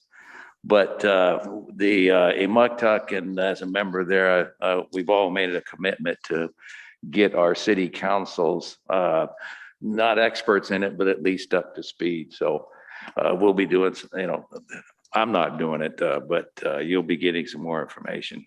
So.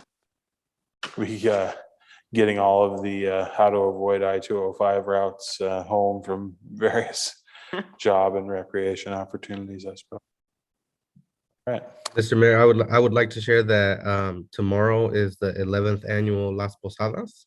It will be held at the Wood Village Baptist Church. It's an outside event. It's going to be a resource fair style with food, music, prizes, and many more activities there. So if you guys have an opportunity, I invite you to come. It'll be from 6 to 8:30. There'll be some to-go stuff. So if you guys have the time.